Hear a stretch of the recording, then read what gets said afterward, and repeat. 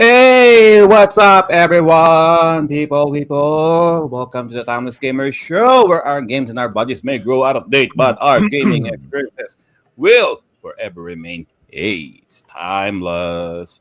And the show is now live on YouTube, Twitch, and Facebook. And to check out our previous episodes, you know where to go. Just go to the YouTube channel of the Timeless Gamer Show, or just by going to our website. It's timelessgamers.com. Or you can just listen to us talk. That is fine. You know where to go. Just go to your favorite audio streaming platforms out there. We're there. And we'll take this opportunity to give thanks to Streamyard and BitMap uh, for making us their official affiliate. And of course, a quick shout out to our Retromancy cohorts, Studio.ph and Shuffle Emporium. And of course, the Sega Mega Masters podcast as well. Previously on the Thomas Gamer Show, we discussed the hell out of Final Sci-Fi, The Spirits Within. Oh, I'm sorry. Final Fantasy, or lack thereof, Lack Spirits of offense. Within. and how we managed to solve it. And how we managed to solve them. Kind of. So, if you want to hear our rants or our headcanons, specifically on what the hell happened with that movie, like I said, you know, you know where to, you know what to do, you know where to go. So for this episode, it's going to be our season 12. Is it 12 already or 13? Oh, season 12 finale. Okay, the last episode of 2024, which is computer role playing games, and this was um, suggested to us by Sir JDM right there. So he's going to be the party leader for tonight. Um, So if you have any experience or any memories playing computer role playing games, just jot them down on the chat below. We'll try to read it as much as we can. So before that, we'll do some gaming news. Well, not really gaming news per se, just pop culture news for this evening. Hey, the new Superman from DC Studios.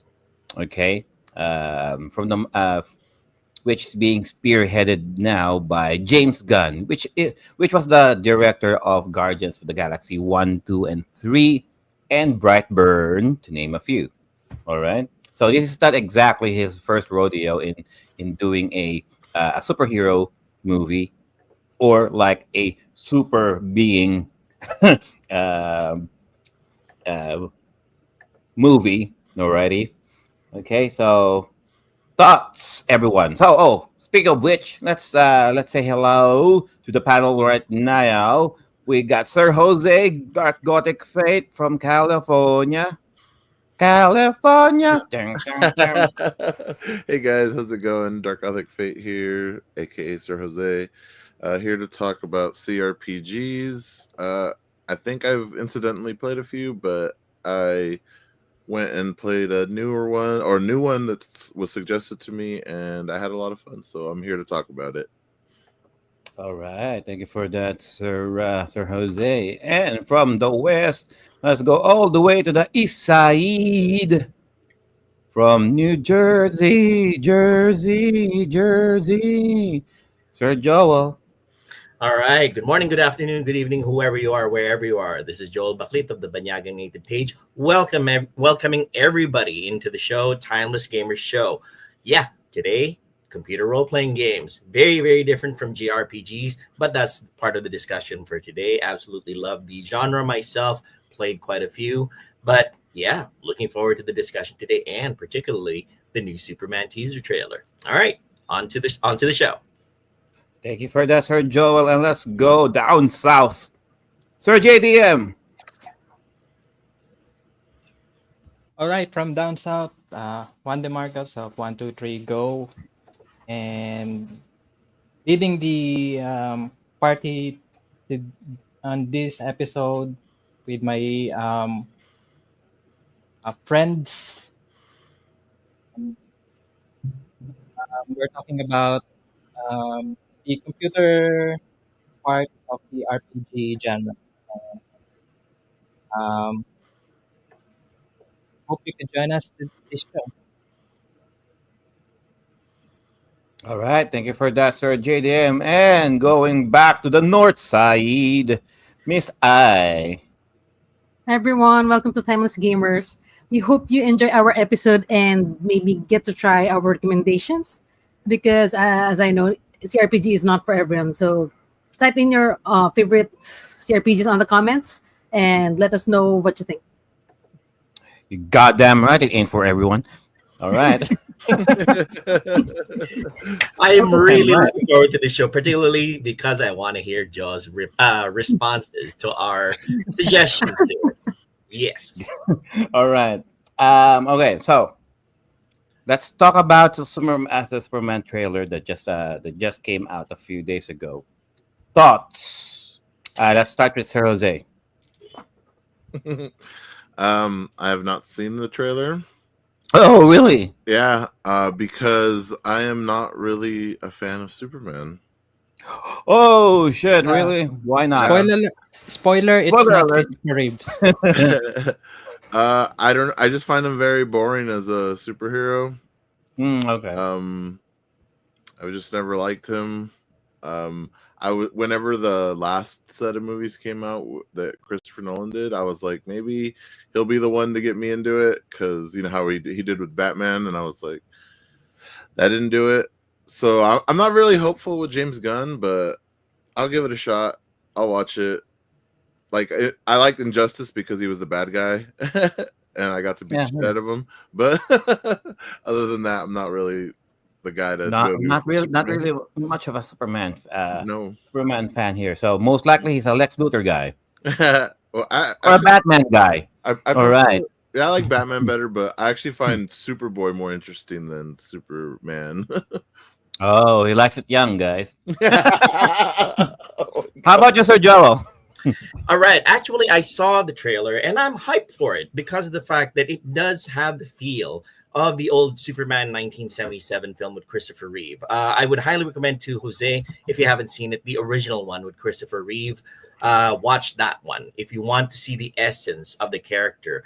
Now, James Gunn seems to be approaching this as a comic book fanatic, and I really like that approach because somebody who has respect for the source material will come out with quality stuff, and especially if he's not hampered by producers or directors the same way that Henry Cavill was with his vision of The Witcher. So with this one, James Gunn seems to be approaching it as a fan of the comic books. I saw a lot of nods to the comic books, particularly Crypto, the super dog. I'm surprised that he didn't summon Comet, the super horse. But, that's deep lore already. And, Super horse? yes, there's a super horse. His name's Comet, but he belongs What? to Supergirl. He belongs to Supergirl though, because Wow. girls love horses, and they're both Right. like dogs. Now, if showing Comet, the super horse, would have implied that Supergirl was in that universe, but I guess they're going to build up to that. I also saw Mr. Terrific. Comet like the reindeer?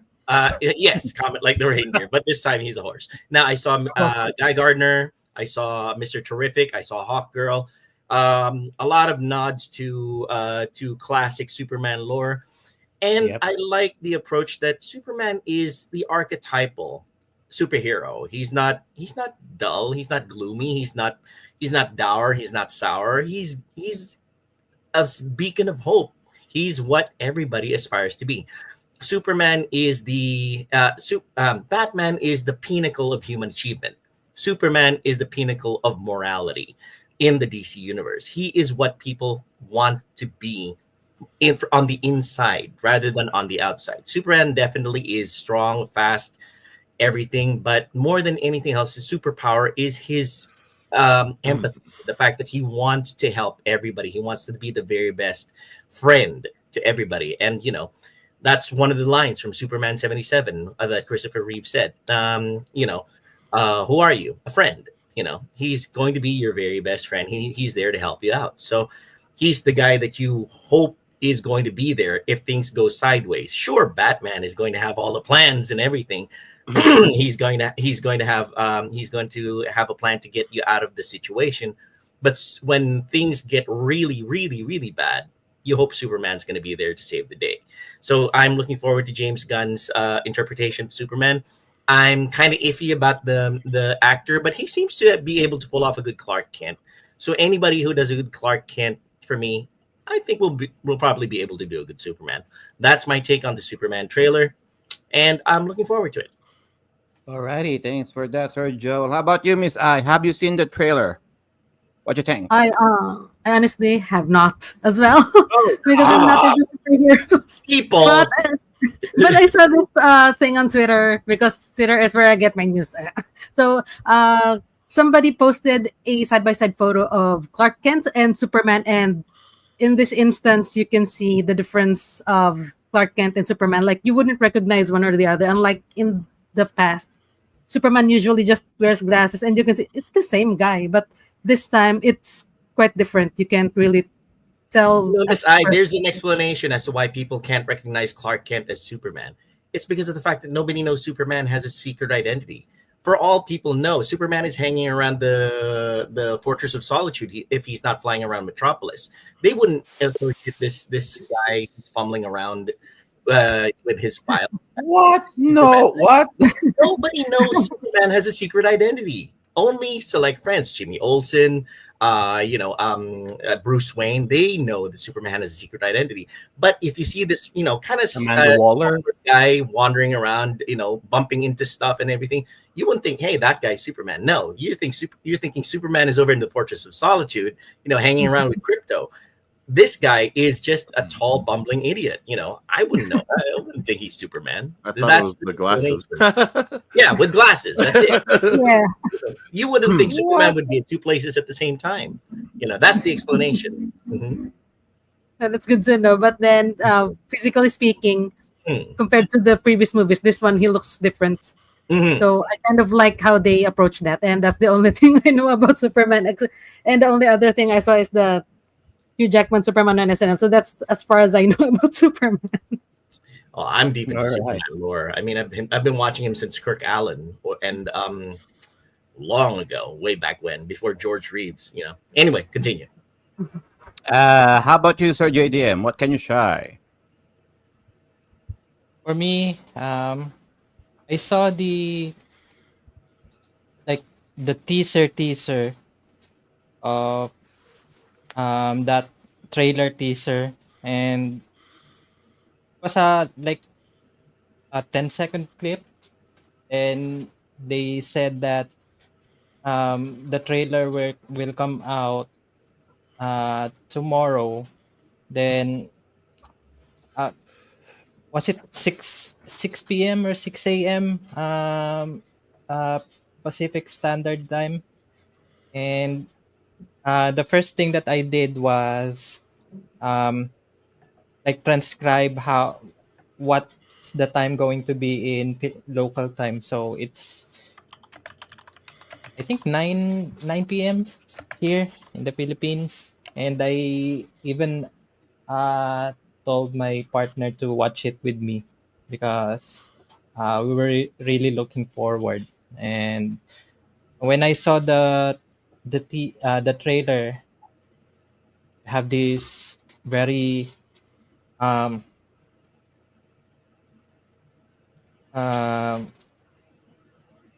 gloomy intro, and actually I was thinking if it's really a Superman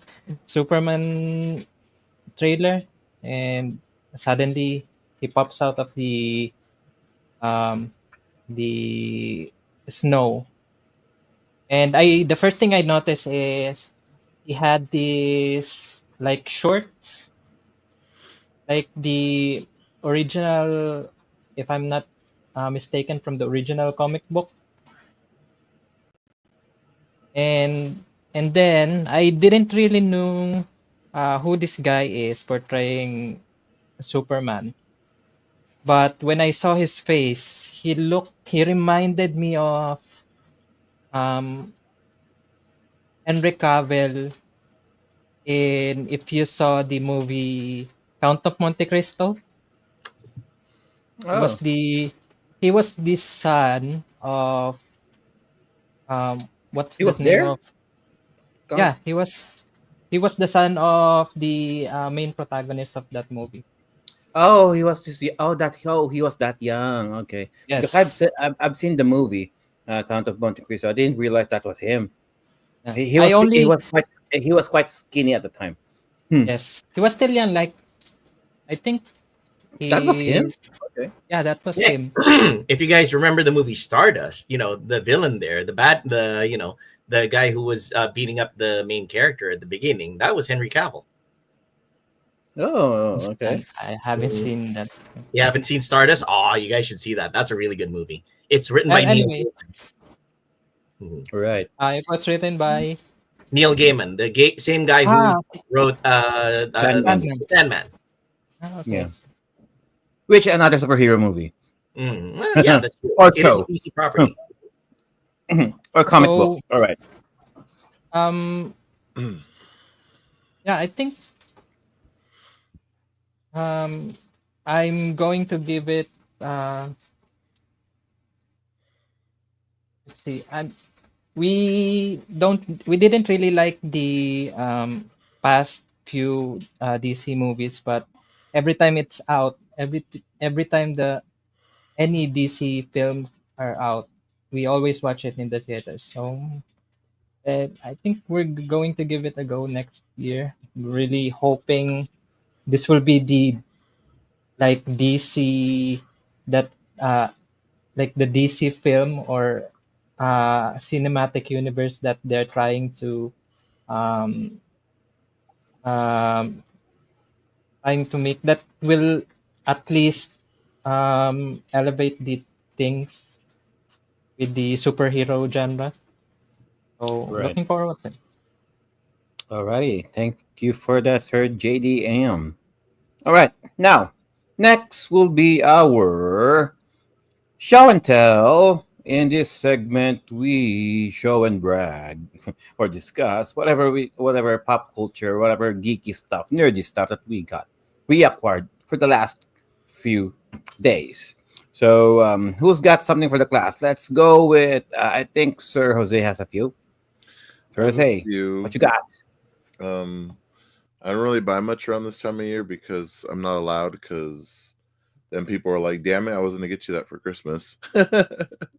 But I do have some stuff that I have something I ordered a while back and barely got in, and then I do have an early Christmas present.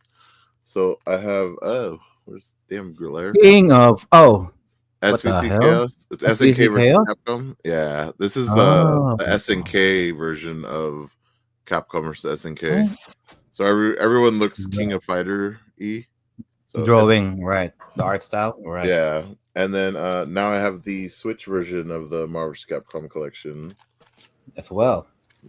with the tiny comic, MVC, and that's it for me. That's all I got. both fighting games coming from Sir Jose. Wonderful. How about Sir? How about Sir Joel? You got something? Well, yeah, this past Christmas season, well, this coming Christmas season, and a few sales have come and gone. Recently, some games have gone down in price. One that I ordered, I think a week ago, just came into the mail, Ooh. and this became $12. This one is, Okay. let me just show this one, The Outer Outer World. Worlds. Yes, For from the Xbox. Obsidian. It's a first-person RPG, much like Skyrim or Oblivion, but set in space. And I hear it's really, really good. $12. I couldn't resist. I just went for it. And I recall about a few weeks ago the Atari VCS bundle that allows you to play a classic and new games. I haven't unboxed it yet. It's somewhere at the foyer. I still have to get it and open it up. I'll show it to you guys sometime next season. Went on sale from $300 to $79. So I went for it. It's the modern rendition of the Atari 2600 with HDMI. You can convert it into a PC, so you can use it for work and everything. And I got that in a really good bargain. I'm kind of looking forward to the Steam Winter Sale here. I recently got Whisker Waters, which is a fishing game, except with cats. You use cats to go fishing. And What? yes, you are. Do you use cats as a lure, or they are the ones packing the No, fish? you are The a thing is the village box. of cats. Exactly. You are Right. a village of cats, and you go fishing using special lures. And another one that I got was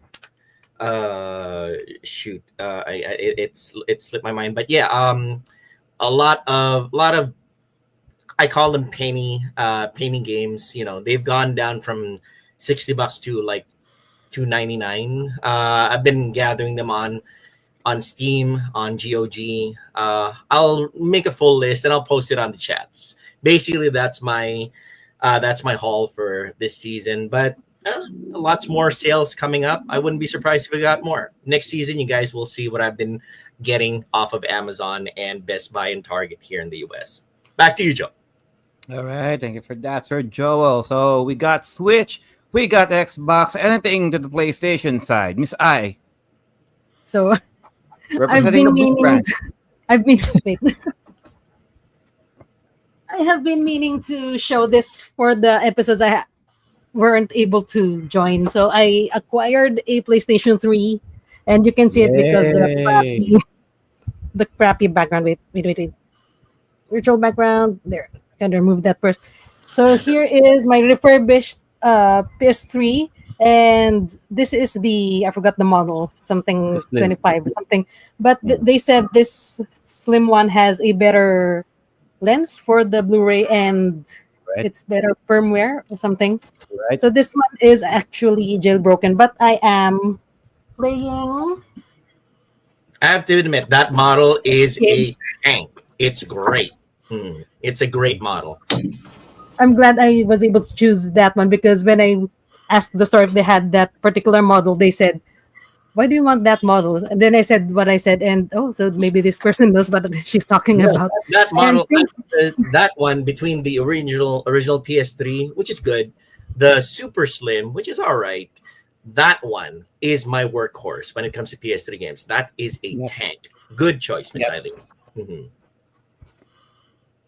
Yes. Regarding your games, what do you have? So I have the audacity to buy games when I don't have the time. So God of War 3. Oh, that's the story of our lives, guys. You know, all Right. of it. As working adults, we don't have the time that we can buy the games, but no. Sorry, no time to play. So Ain't I nobody got got time for that. ain't got no time for that. No. This one We is buy the them. reason. We buy them to stare longingly at them on our shelves while we're working. That's the sad part. And one of the reasons I got the PS3 is actually this, because this isn't on any other Now I'm platform. depressed. Oh, no, anyway. And I was able to play until God of War 2 on PlayStation 2, but this one is exclusive. So I got the PS3, and another exclusive, Metal Gear Solid 4 Yes. and Oh yes. Little Big Planet, because I heard it's not this game, but isn't it that they're shutting down the servers for the third game, which is sad. And Uncharted Dual Pack. Wow. And Dang, Miss almost Eileen with done. the bangers this time. Really Fight good Night. stuff. Fight Oh, Night. yeah. Guitar Hero. Guitar Hero. And my playtime is maybe just 2 hours total, since I bought this 3 weeks ago, which is sad. And I have more on the way, but yeah, let's see if I have the time to play. And something random, I showed this to our group chat. I think many will relate, because I really want to show this one. Arno. Hey, Arno. Oh It's my so goodness. Okay. Just Hey, wanna stir up some Arno. nostalgia there. It's the complete series go. with the jungle movies. Oh, I forgot, Joe. On Steam, I also got Squirrel with a Gun. I just forgot to mention that. Oh, Anyway. yeah. Yes, We got yes, that here. Steam. Yeah. Oh, Squirrel yes, with the gun. Steam. I also got the Hitman collection, the Oh first yeah, 5 games. there you go. It's Nice, nice, nice. 120 pesos. So that's it Yes. for me. Have you lined up any bodies with your initials? Not yet, but I will. I will be. That's the funny thing about owning a PS3 jailbroken. Like, although you have a jailbroken PS3, you still buy like actual discs for it because ain't nobody Yes. got time to wait for downloading games for the PS3. I So want the actual discs. might as well just buy the whole game, right? I want discs. I want manuals. You want the manuals, right? It's Yes. all about the manuals, guys. Oh my I mean, goodness, Manuals. it's so Virage. You guys, come on. oh, joining us right Mhm. now, also from California, we got Sir Eric. Hey guys, how's it going? Good morning to those of you that's morning. Good evening to those of you that's good evening. Sir So I Eric, was dying. we- Uh, oh, I was dying when you guys were talking about the Superman trailer. So we just had to Joel. jump out of bed. No, I watched the trailer, but I don't want to take way too much time from the show. But Well, we'll have I Sir wanna Eric hear what explain. Eric's opinion is. Eric, what's your opinion of the teaser trailer? Yeah, well, so I just want to say too that I thought Joel, I agree with so much of what Joel said, but that was so funny was he was so eloquent and well thought out and almost like he wrote it, right? And then the other two people were like, I haven't seen it. I don't even like Superman. That was hilarious, guys. I should come on all these shows when you guys Yeah. talk about video games, and I'll say, yeah, I don't really like video games. No. And that'll just be my response every time when you come around to them. But yeah, so long story short with that, because I know you moved to the next segment, Mhm. No, go ahead. was in general, I have so much faith in James Gunn because, yeah, he did Guardians, but he also did the Suicide Squad, if you've seen the latest one, which was very entertaining. And then he did Peacemaker, which was the HBO spinoff, which is also great. Mhm. And then I was been watching the Creature Commandos animated series, which is, I think, loosely connected to his new universe. And that he also looks like he did direct a lot is also really good. And to Joel's point, the guy knows the material 100%. And I think either I typed this before or maybe I'd said it when we were talking to one of the presentations here, is that not just being loyal to the content, but also taking the stuff that's great about it, why we fell in love with that in the comics, and then showing the world. And so people are going to be like, wow, we care about Superman, the guy. We care about the pain he's going through. We care about his trials and his struggles, maybe with either his identity or with his foster parents or whatever. And so I'm really looking forward to it. And I do love the fact that it has a lot of characters. I've heard someone said it might be bloated because it has Green Lantern and Hawk Girl and stuff, right? But that I think they need a bit of a fast track to get going in the DC universe, right? And so so I think that's going to be well done. He did Guardians, which had tons of new characters the first time it came out. So yeah, so I'm super excited. I do think that as Joel was saying, that it feels weird to not say sir because you guys call everybody else sir. I agree with Sir Joel in that it really nostalgic. It feels like the old Superman. I don't know which one of you in our Facebook Messenger group had mentioned that the moment when he's saving the little girl from that explosion was so Superman, like the old Superman, like the sincere one, even dipping her head and making sure his whole body envelops her so that all the shrapnel goes by. There's little details that sincerity, not just like, oh, I'm going to fly you out of the way. I'm going to really protect you with my body, So I'm super excited for it. And I love the Marvel stuff. I'm a Marvel comic collector, but I'm really excited for this whole thing to come out here. Mm-hmm. I remember a little skit, I think on YouTube one time long ago, when all the superheroes were pretty much flexing their strengths. The Flash is faster than Superman. Batman is tactically better than Superman. He's willing to do stuff that Superman isn't. Green Lantern can basically form something that Superman cannot beat because of the fact that he can tap into green kryptonite. But all of them turn to Superman for one thing: leadership, and want the hope in getting us out of here because of the fact that you know what to do. Superman is the leader. Superman is the archetype. He is what we all aspire to, and that's that's his essence. And because of the fact that he cares for everybody, so I guess. Oh, Joe is experiencing a little bit of technical difficulty, probably because of the fact that he's going to express a dissenting opinion. But yes, thank you, technical difficulty for that. Okay. Another thing that they got right is they finally had Nathan Fillion as a Green Lantern. main cast. Because I was really back in Fillion is going to 2007. play every Green Lantern. He might as well play Kilowog now. Okay. The Because giant head. He's played Hal Jordan in the animated series. He's playing Guy Gardner in this one. So the only thing that he hasn't played is Kilowog. So I mean, who knows? It's back in 2017. I was really looking forward for him to portray Booster Gold, because it's really like, if you say Booster Gold is Nathan Fillion, Here's an idea, DC. Make the next Green Lantern movie nothing but Nathan Fillion doing all the Green Lantern roles in and acting all of them, like either voice acting or prosthetic acting. Even I forgot Jon Stewart. Even Jon Stewart. How Nathan Fillion to play Jon Stewart. I mean, heck, Robert Downey Jr. did. Why it could be a guy playing another guy. All right, JDM. Joe is experiencing a little bit of technical difficulty. Unless Eric has a show and tell to give to us, we can proceed with the. Well, he's got his trusty axe right there.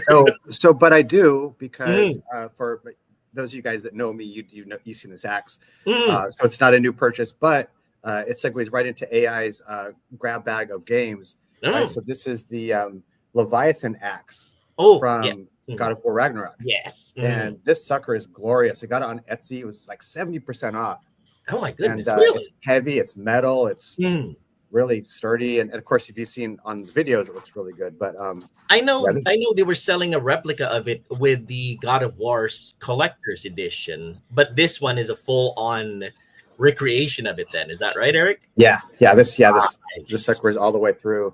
Oh my goodness. And it's metal, it's heavy, it's super cool. So yeah, it's a good find. But, now you just need the face paint. Yeah, but I don't, as you guys know, I don't collect retro game stuff. I'm mostly collect comics. Well, I mean, that's the thing with show and tell. Anything is fair game. Video games, retro, modern. Books, if you have a particular book that you want to talk about, movies, DVDs, Blu-rays, and everything, an axe that likely will get us, demonetized, flagged by one of the FBI guys and everything. But yes, anything is fair game. Pop culture references, it's all good. All right, excellent. All right, so back to Joe. Joe, are you ready? Technical difficulties? Yeah. Nice. I believe so. And I take umbrage knowing that Superman is the de facto leader. Ha! Batman got something to say about that. Anyway, in regarding with the Superman trailer, I'll keep it short. It's been a while since we got the Christopher Reeve movies, and Warner Brothers tried like a few times to revitalize the interest back to the Superman character. And to me, you cannot really do justice the character if you don't do Clark Kent and Superman right. You cannot really do one and then misrepresent the other. And say what you will about the Zack Snyder movies, and even the one that Brandon Routh portrayed back like 20 years ago. With this, I guess Sir Eric and Sir Joe will agree with this. I feel like for the first time in a long time, I think there's a new hope for Superman. Okay, Uh, it's very nice to know that Warner Brothers finally found someone who really understood these comic book characters for what they really are. Like, you know, but you know what? Let's keep it at that. So, computer role playing games, guys. And you know me, I'm a JRPG guy. Who the hell I know about computer role playing games? So I got these people. We got these people to sell us the idea of playing computer role playing games, what they are, and the evolution of it. A few differences from the other subgenres of role playing games, and we're gonna turn it now to Sir JDM. What you got, Sir JDM? Go on ahead. All right. So, as the de facto leader of this party that we have today, we're going to talk about the computer role playing games or CRPGs, if you may say so. So, I did something like a slideshow on this. So, let me just share that one. Let me know if you can see it.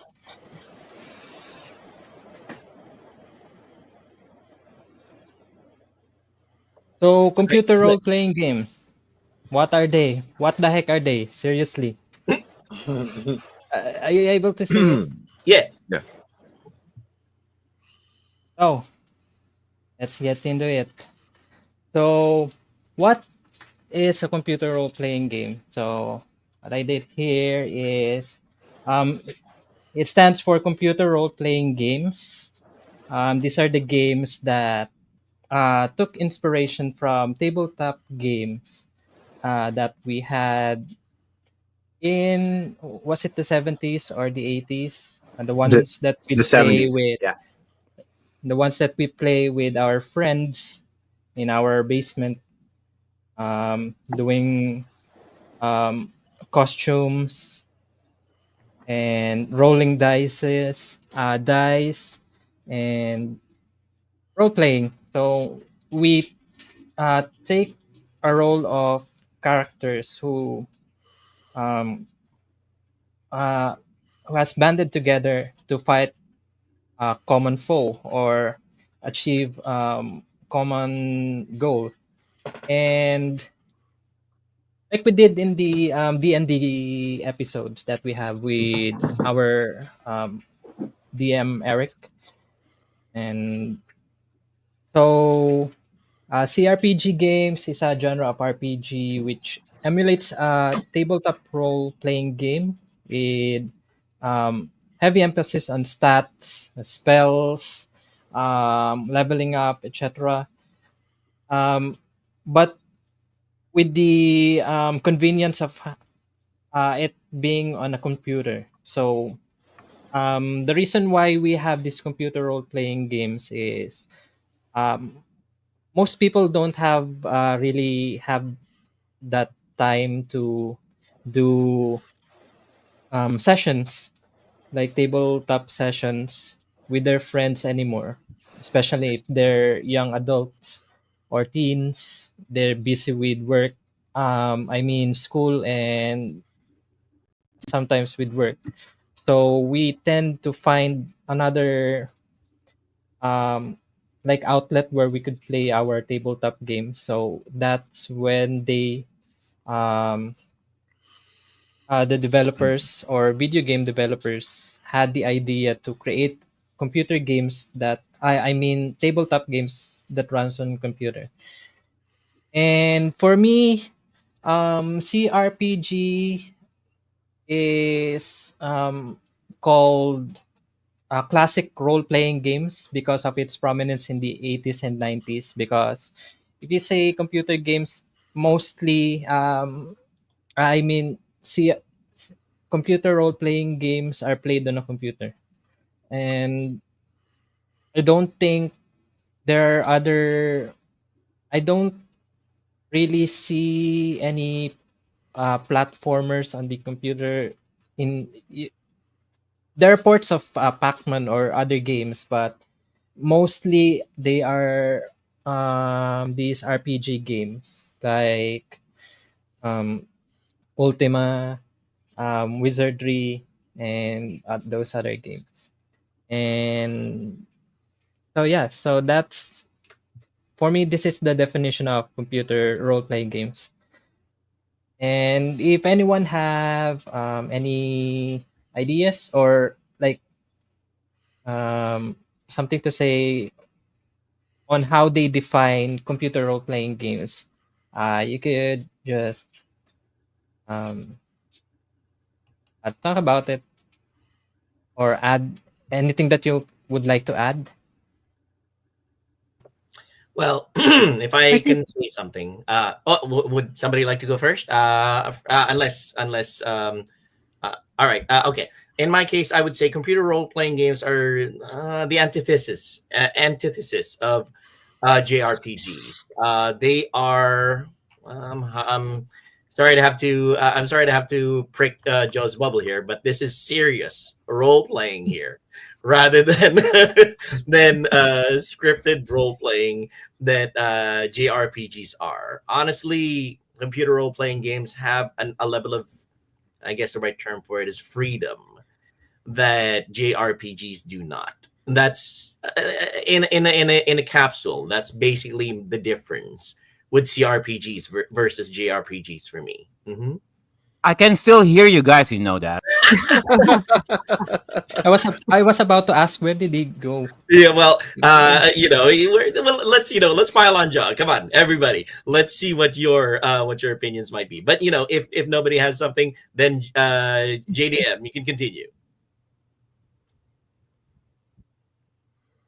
Okay, I think Sir Eric has something to say, but I Oh, think he's not yet here. He yeah, went out for a while. yeah. So Here, maybe he's there. Hi, back. Eric, What was it your opinion? Go ahead.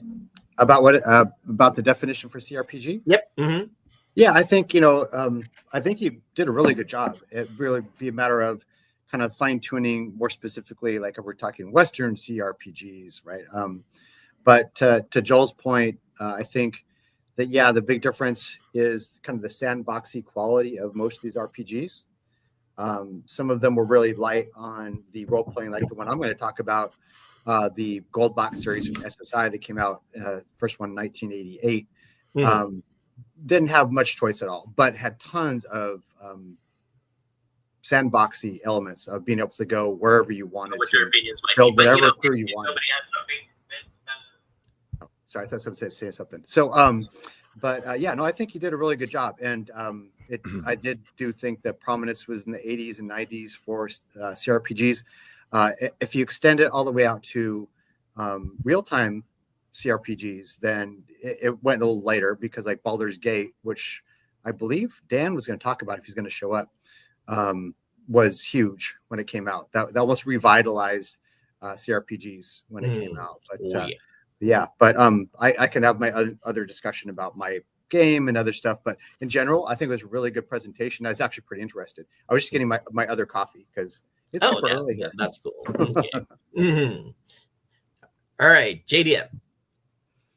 all right. So since we already established somehow the definition of a computer role playing game, let's go back to history. So this is history 101, or we might as well also do computer 101 as well. So these whippersnappers will know what we're talking about, like a floppy disk or something like that. So And that's not the save icon, kids. That is called floppy disk. Okay. indeed. And so history of computer role playing games. We'll just skip through the mainframe computers because that's where um, most of the some of the earliest CRPG games were made for the mainframe computers. So, which I call fossil computers, or those computers that are size of a building. So, if I could show an example of, let's see.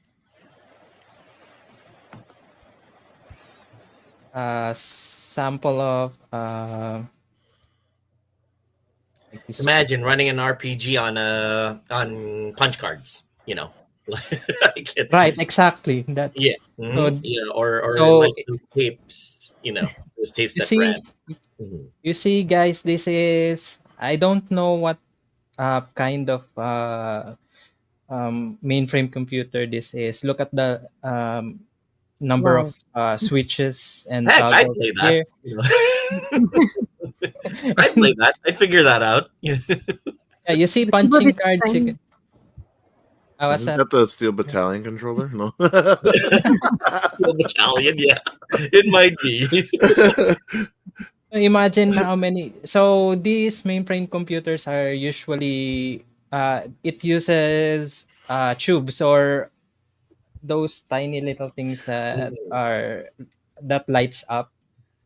So these are the precursor to our personal computers that we see, like the IBMs, the 8086. So the most some of the earliest computer role playing games are played on this thing. Not exactly this one, Mhm. but it somehow looks like this with the toggles and the switches. Mhm. So one of the earliest CRPG game was called Dungeon, Dungeon, yes. Mhm. and it's like a text-based game, so you don't have um, graphics are too complex to render during during those times. So what they did is they have this screen you can type in words or commands that you could use to move your character or get inventory, get items, or take a look at your inventory. The So graphics were this. You used your imagination, guys. It would yes, describe the area. The area is wooded. It smells faintly of moss, and you can see there's bear droppings. There's something up ahead. That's the Unfor- graphics. It's right there. Unfortunately, I learned recently some people do not have the ability to do that.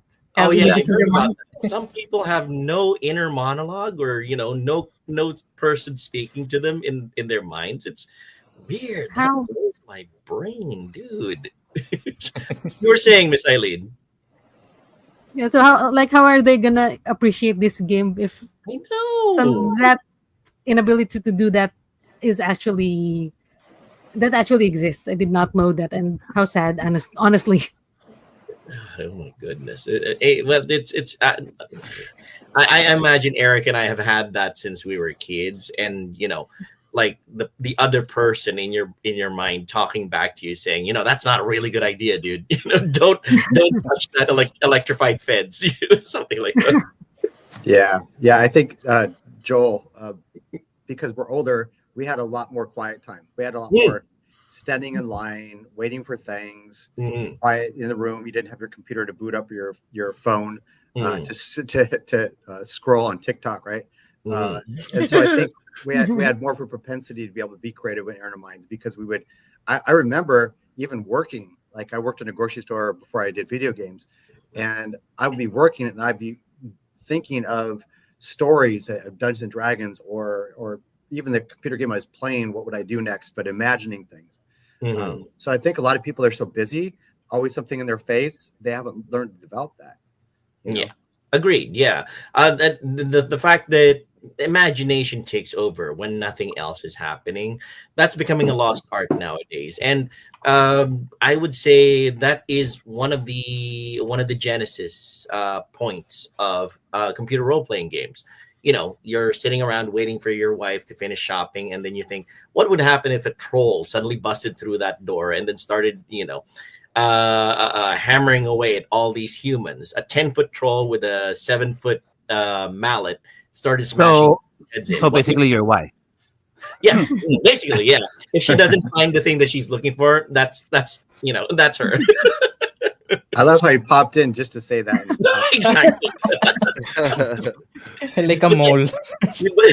But yes, to JDM's point, those mainframe computers were the genesis, were the beginnings of computer role playing games. And Dungeon, the original game, used your imagination more than anything. But these things that you have in your pocket nowadays are millions of times more powerful than those mainframe computers. That is amazing in itself. These things are more powerful than those things that brought men to the moon. These things that you have in your hand that you used to watch stupid kids dance around in TikTok, you have Take all the power. selfies. You whippersnappers. Anyway, like JDM says. Okay, so moving away from those fossil computers, we now have. Suddenly, I feel like I'm having some white hair. Something. Hey. So, Feeling aging. so moving forward to the. Can I interrupt you real quick, JDM? Oh, go ahead, Eric. So just a clarification. That D&D game that came out in 1980, that was unofficial and unpublished, text-based. And I never played it. I heard about it later. But just as a note for people that are watching the show, they're getting all this great info, which, by the way, is a great thing about your show. You're always trying to educate. But it was inspired by D&D. And I think they worked on it for like 6 or 7 years and iterated it.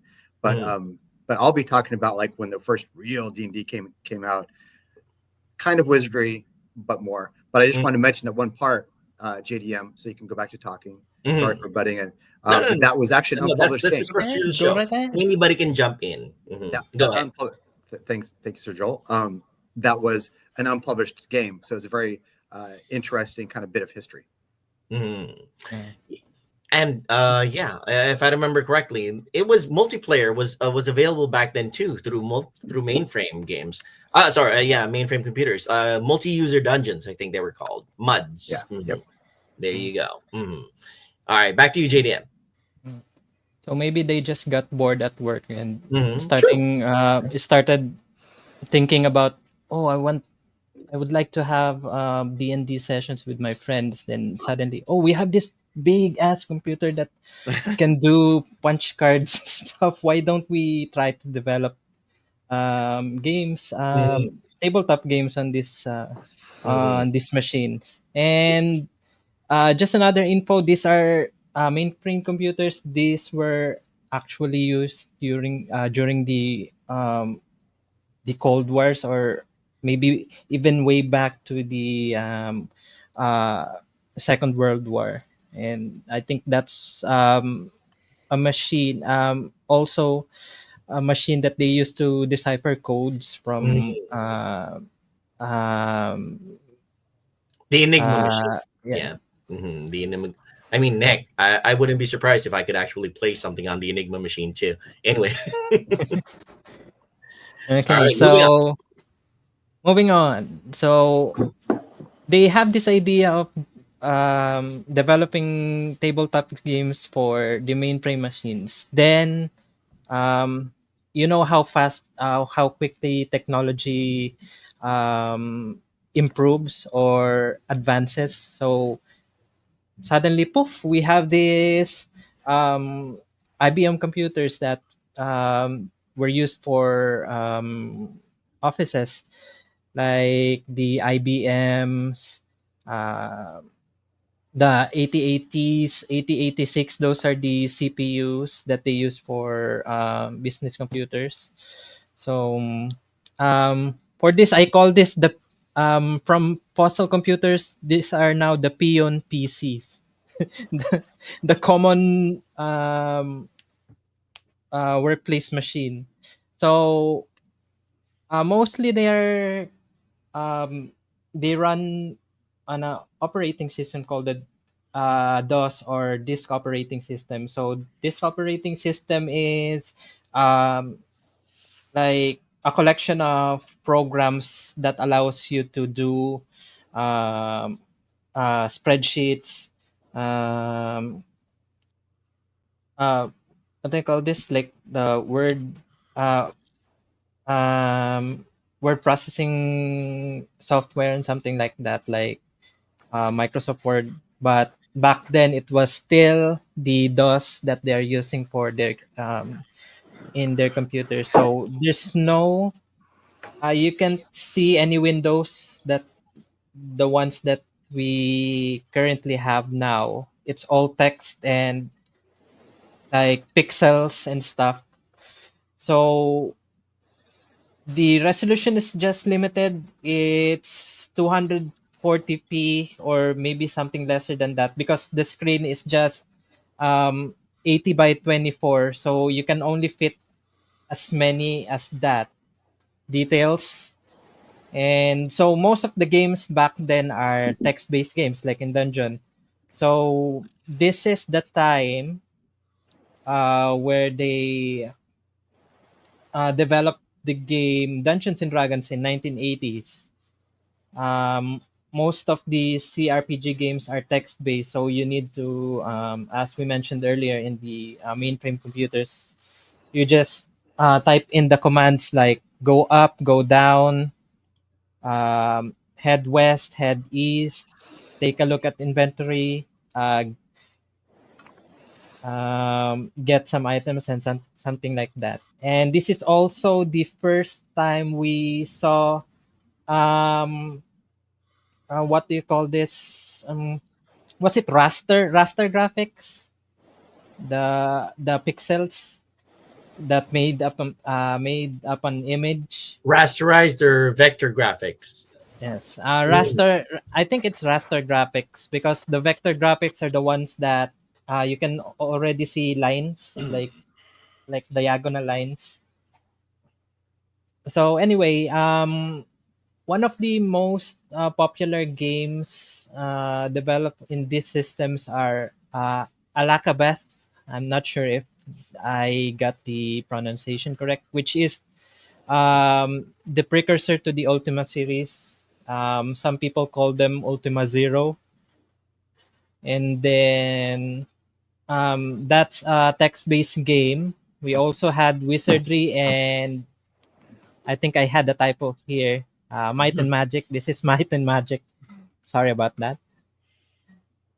And I guess this is also the time where they developed the Goldbox series that Eric mentioned earlier, the one that he enjoyed the most. Which Eric So, is going to be discussing. right. That's his topic. Yeah, there you go. Mhm. All right, moving forward.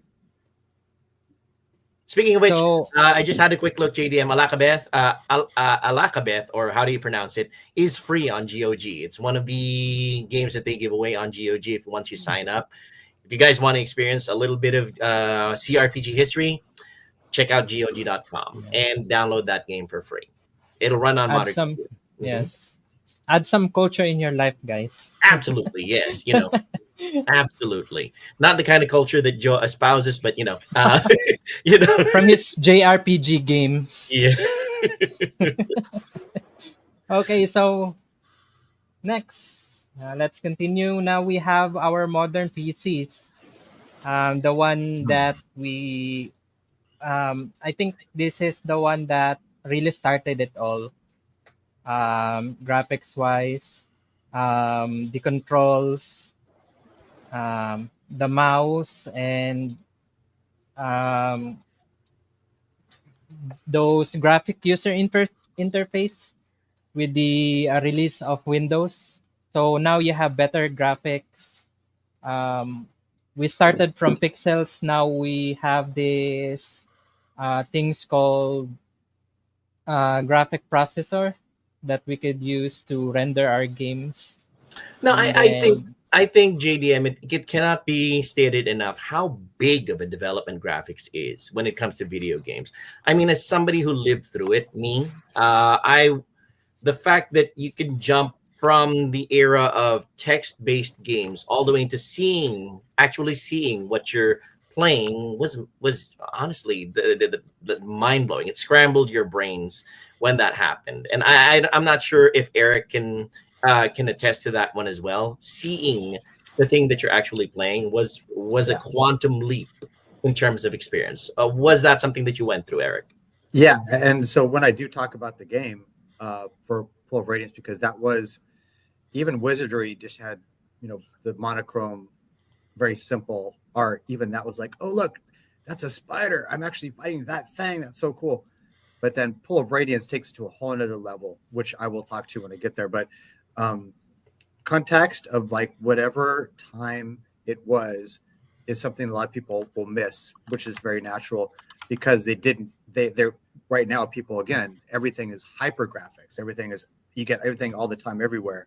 Whereas like, oh my God, I'm actually seeing this ogre that's animated. That's just like from the Monster Manual, I'll talk more about it, but it was amazing to be able I to mean, when you nowadays the graphics, you look at a model, you see the pores of the person that it's modeled. You can see freckles, you can see pores, heck, you can see battle scars.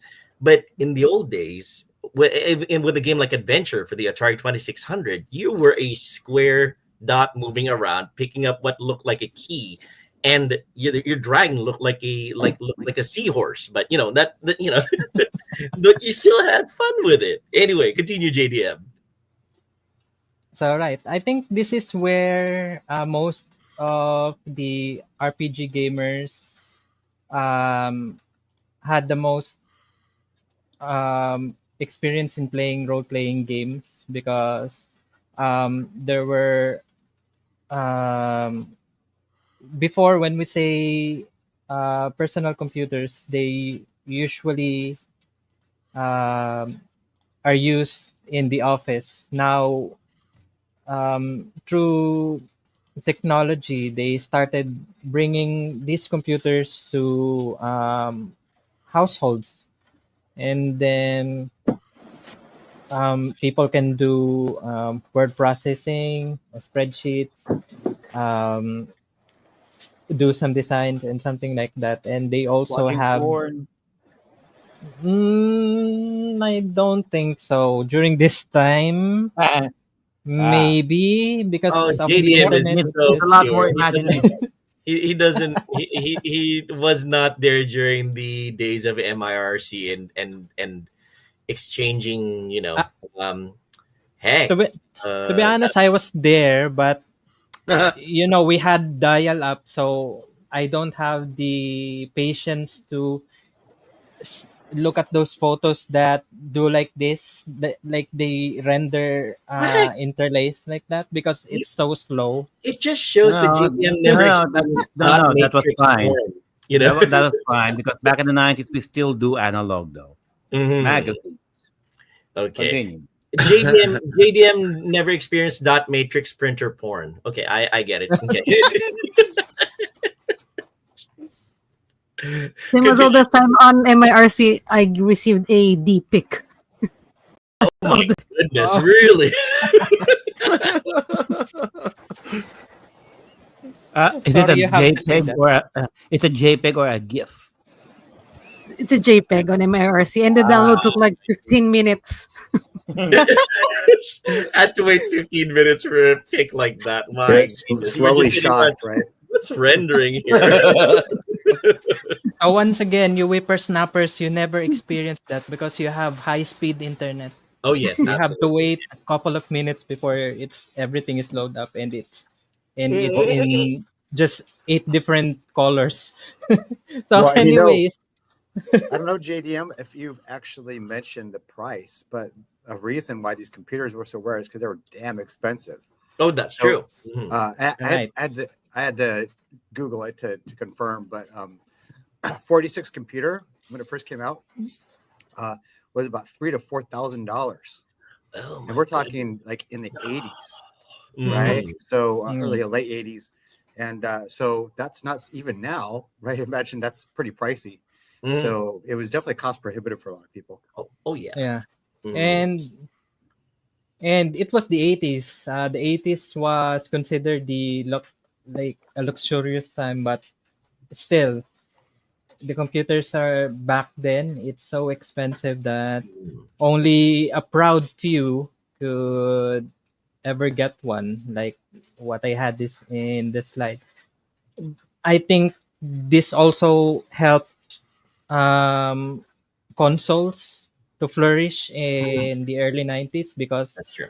they don't have like the purchasing power of getting a PC. So they just bought the consoles that were available back then. So the SNES, the Sega Genesis, and I think that's where the other side of the RPG spectrum flourished, like the JRPGs.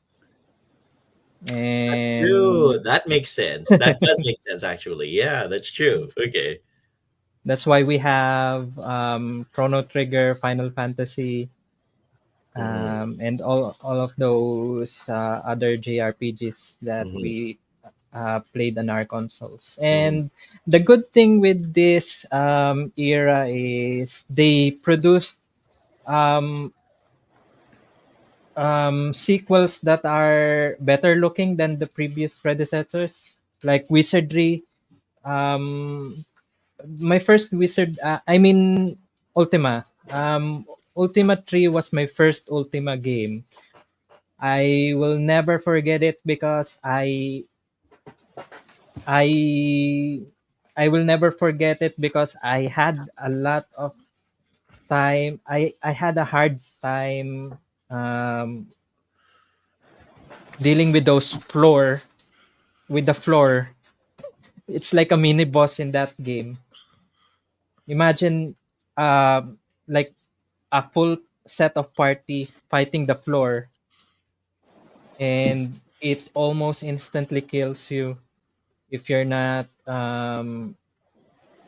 if you haven't leveled up properly. So anyways, to continue, we had better graphics now, and Windows was released with the Windows 3.1.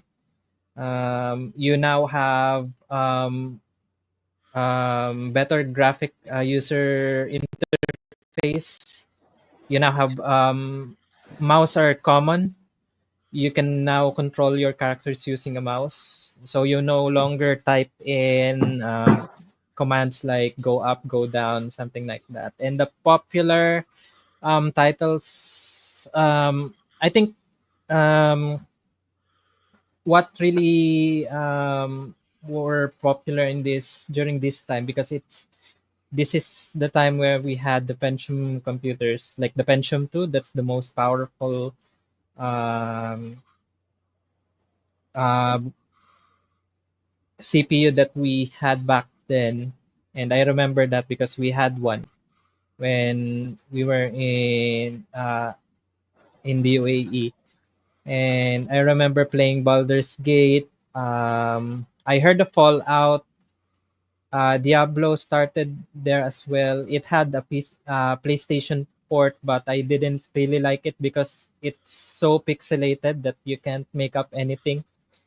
Um, and also the Elder Scrolls series, although it already had what was the first Elder Scrolls game? I think it's Arena. What, I'm not exactly sure. I think it was Yeah. released. The first Arena game was and then released. Daggerfall. Yeah. Hmm. Yeah. Hmm. But here they had much much more. It's better looking. It had you can now see what your character looks like somehow. So this is where this era is all about with the modern PCs. And moving forward to the 2000s, we had much more modern PCs. So more sequels of the famous CRPGs. Um, I think this is where the 3D graphics started. Um, I guess the first um, CRPG game that had the 3D graphics was that I played was Neverwinter Nights in 2002 or 2001, I guess. There was a Neverwinter Nights game back in, was it the late 90s or early 90s, but it's a different game. I think they just used the name. That was a great They game. That one that it came was out in a 2000, 2001.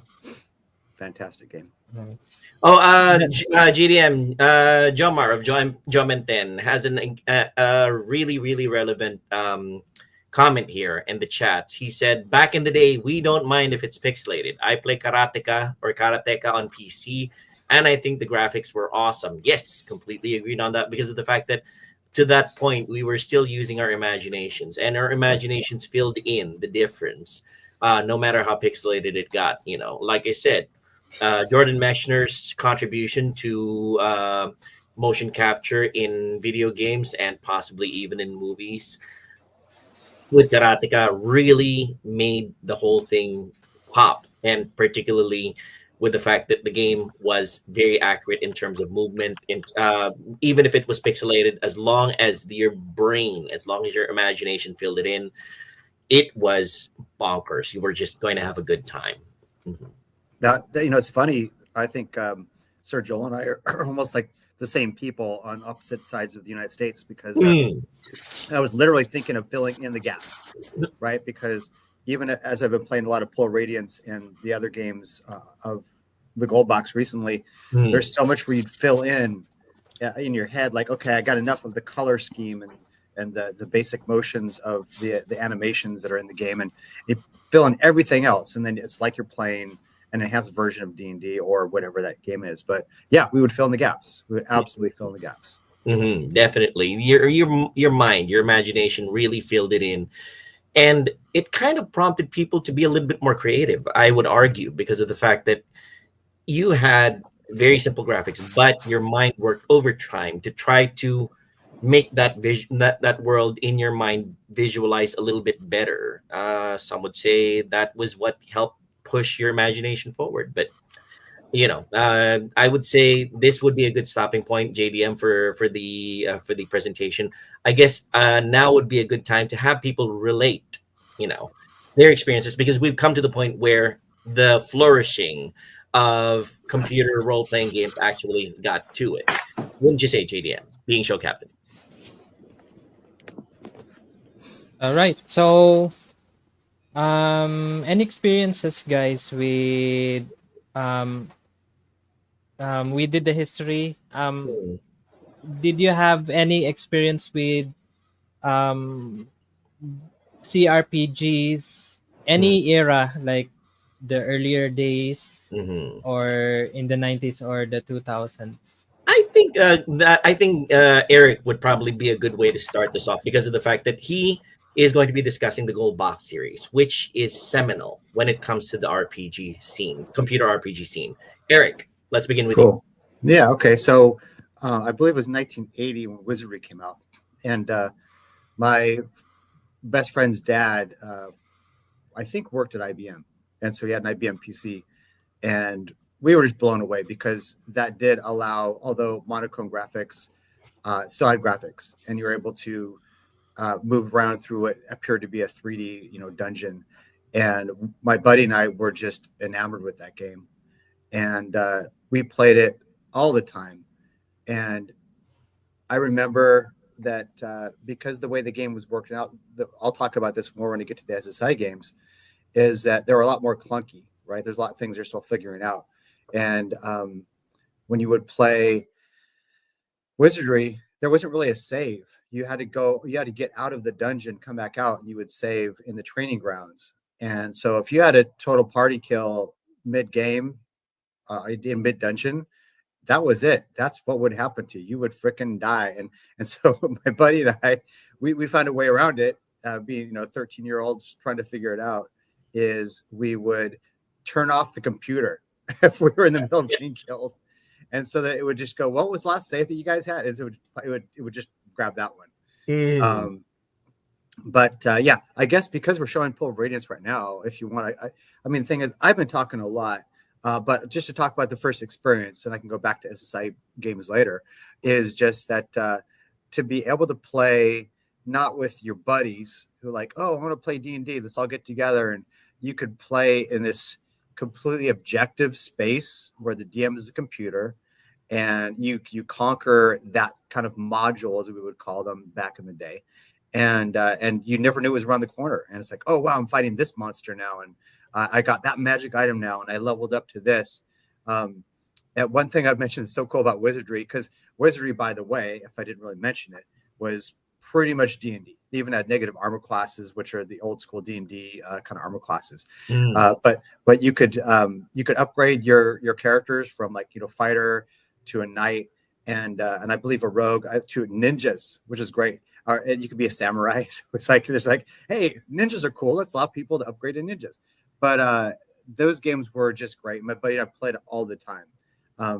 And last bit, so you guys can continue on speaking about it, was I guess, should I just go right to SSI games because you're showing? No, just go for it, Eric. It's so let me, free flow, whatever comes to mind. Let me just do it. I feel like I've talked too much already. No. So okay, so let me get to, because I played a lot of the games in between, but I worked as I mentioned earlier, I worked in a grocery store for a while, and so I didn't have the funds to get a full computer.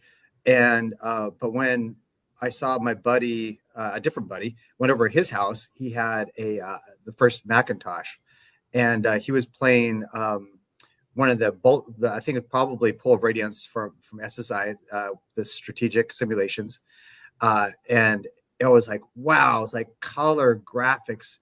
It was like Wizardry, but plus 100, and it also had authentic D&D rules that were attached to it. And so I figured it out, bought myself a Commodore 64 just so I could play those games. And man, so a bit of history for people that don't know, which is most people probably. The game came out over a period of 3.5 years, I believe. And there was the first one, Pool of Radiance, was, I believe, up to level 6. And then you would play, you could buy then a year later, Curse of the Azure Bonds, which you would take those characters, which is groundbreaking at that time, and you can move it over to that new game. And so you transport your characters over. And that was probably to about probably 11th level or something.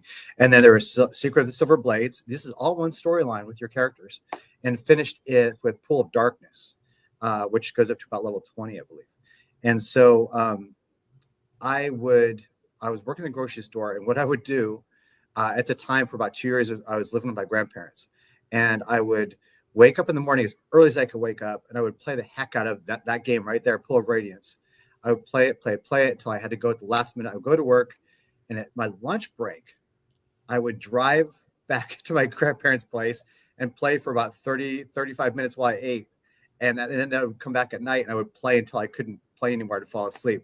I was obsessed. The game broke so many kind of new ground. One of the biggest being that Joel was talking about earlier was the graphics, because yes, they would present you with, in the little windowed box, here's a kobold, or here's a goblin, or here's a netin, but they had them multiple times. So if you're at a distance, remember we're talking this 3D space you're moving in, as this video has been showing you kind of the game, you would have a far distance version of that monster, kind of grainy, kind of blurry, but it would be because it's far away. It gets closer, and it's another layer of detail, and one more level of detail where they're right in front of you. And then if you're parlaying with them or about to fight them, there's another version that would be animated, very just a few frames, like an ogre with a spear, going like this, which, by the way, because they were so authentic to the TSR rules and the game,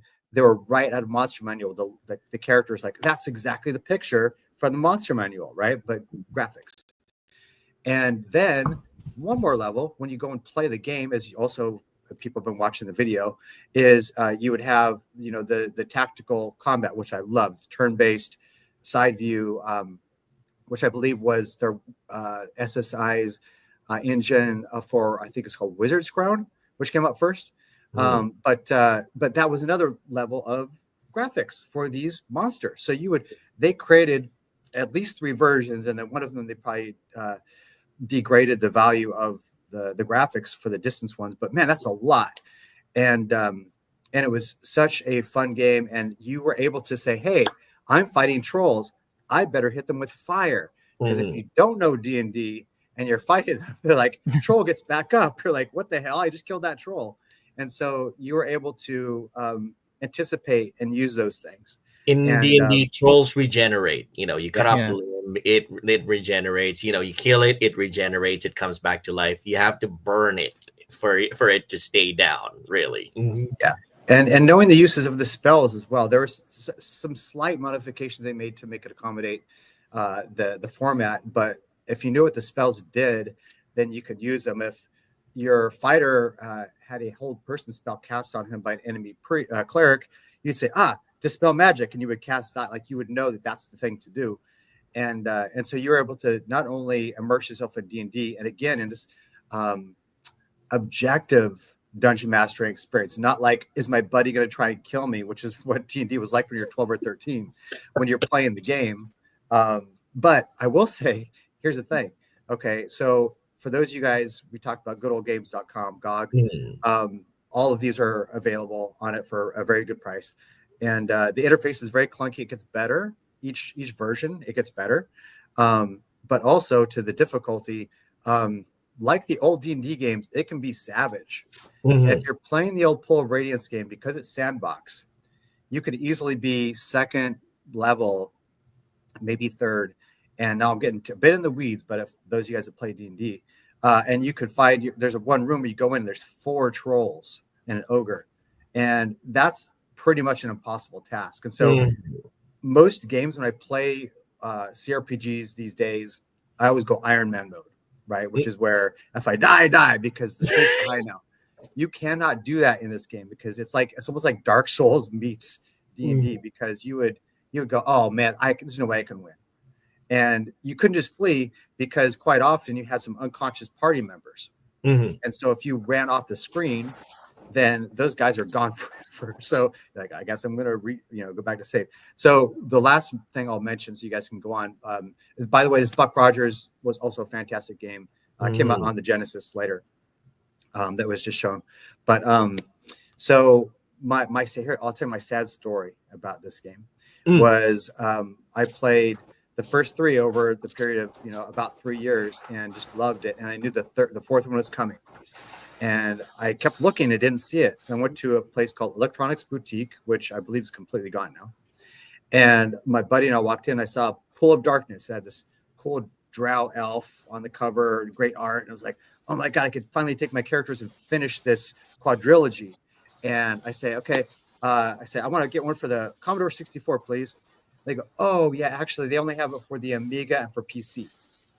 So the Commodore 64 had become less of a draw for developers to make it. It wasn't worth the money to make it. And they probably were like, hey, we can upgrade the graphics a bit, and we don't make as much money from the Commodore anymore, so we'll just do Amiga.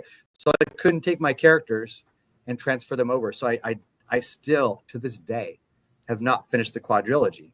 Oh no. And but I'm currently playing right now. I just started with, I actually played around with both Curse and Pool, but then I got Pool of Radiance, and it's okay. Now I energized myself with understanding how that game plays by playing the earlier ones. And I've been playing Pool of Darkness finally after 40 something years. And it's a blast. But for old school D&D people, which lastly, oh, by the way, I met that guy. You did? Very cool. Yeah, the heavy metal gamer. Metal Jesus, yeah. Metal Jesus, yeah. Because I went to the Torg Expo. I was a guest in Ohio a few months ago. But anyway, so that game was groundbreaking for me. The fact that I could still play it 40 years later and not be bored. Interface, I mean, Jesus Christ, it is pretty clunky, and you really have to have patience.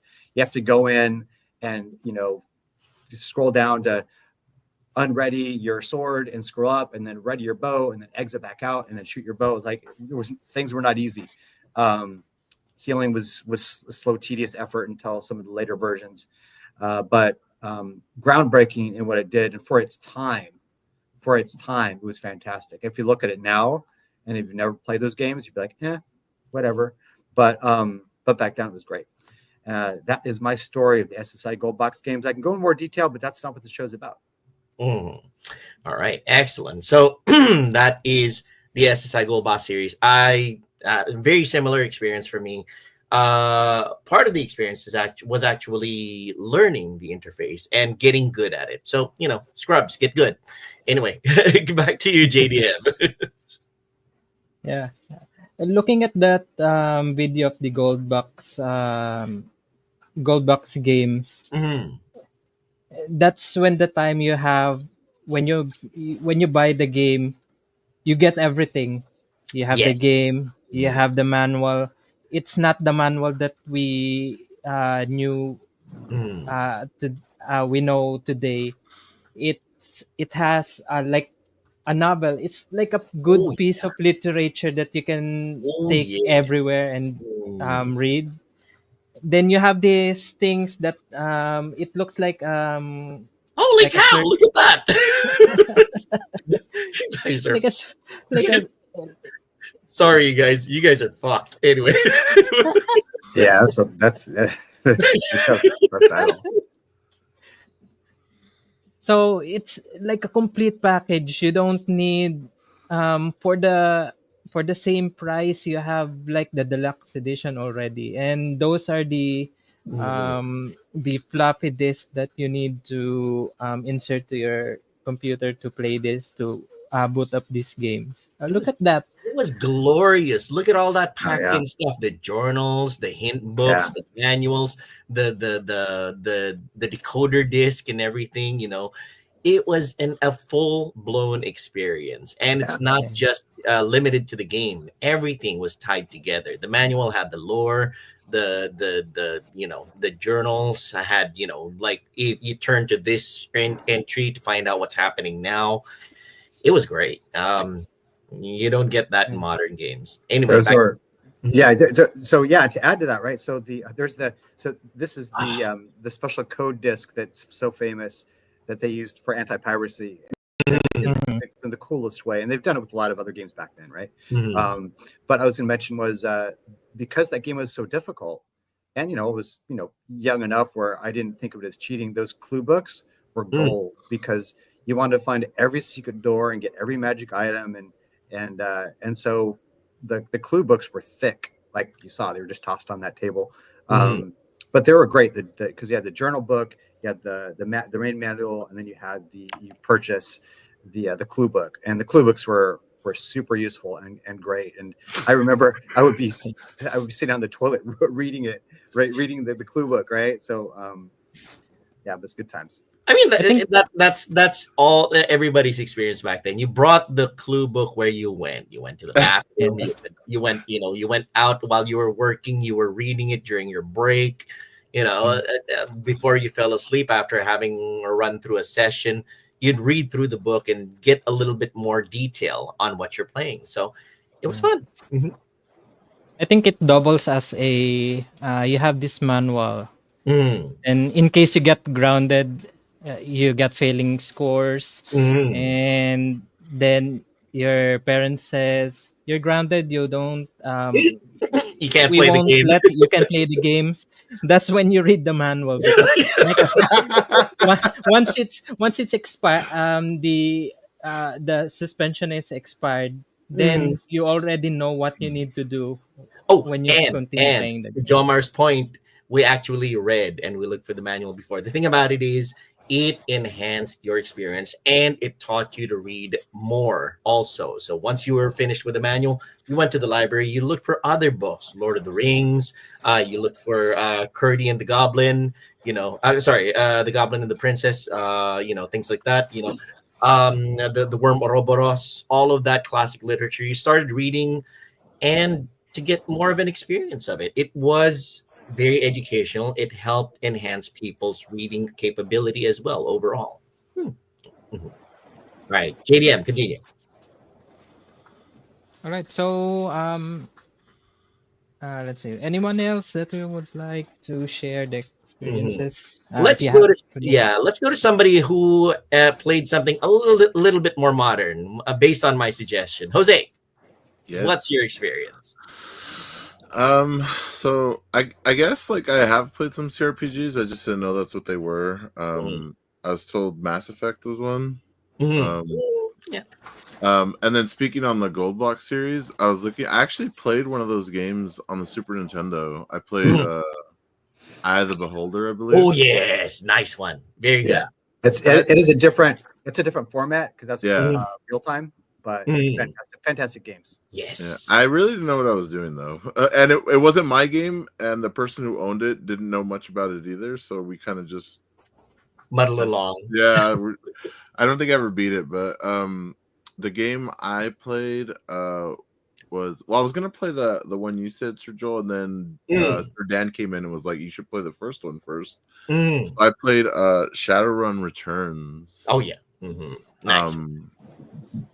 And it was maybe my first time playing a game like this. You know, I immediately start the game and it's like, oh, like, you know, create your character. So I'll choose between these 5 races, and you can pick between humans, elves, dwarves, orcs, and trolls. I went human just because that's what I am. I think. And then the classes, they had street samurai, mages, deckers, shamans, riggers. I have to make sure I say that right. And physical and so we don't just have the FBI looking over our shoulders. We have the ACLU too. Anyway, continue. And Rigger, please. Ginger, come on. So I went. Well, typical liberal Californian, huh? Oh yeah. All right, Shadowrun Returns. Okay. I went mage as my first class. And you get karma points to use on your different stats. They call the basically skill points. I really wasn't sure because I've never like played a game where you have to dole these out. I'm used to like the JRPG where it just automatically like just levels up your stuff for you. So I was like, I don't know what I'm doing. Like, I guess I want some more of this, some more of that. Oh, so it's your first time experiencing builds. Got it. Okay. Okay. And so like playing through the game, I did notice some spots where it was like, oh, if you had this much of this, you could have done this, and I can't click it because it's grayed out. It's like, oh, so I was like, oh, I wish I knew that to begin with. But the game, it's pretty linear. There's not much exploration. There is some stuff you can go and like look around at. Some stuff you can find. Combat is turn-based, and it's determined by how many action points you have. You can carry 3 max weapons. Cool thing I thought, and I remember hearing about the game, is you actually meet the protagonist from the Super Nintendo game in this game. Oh, nice. And the story, I found it really interesting. You know, it starts off, you get a call from your friend who's dead, and he had this thing that goes off whenever he dies, and he basically wants you to find out, you know, what happened to him. And you go through that storyline. You meet all kinds of different characters. There's side quests you can do. You don't have to do them, but I did like basically everything I could find. It was a really fun game, and it was so fun that I'm actually playing it again, but this time I'm playing it on my PS5 because the trilogy was on sale for like $8.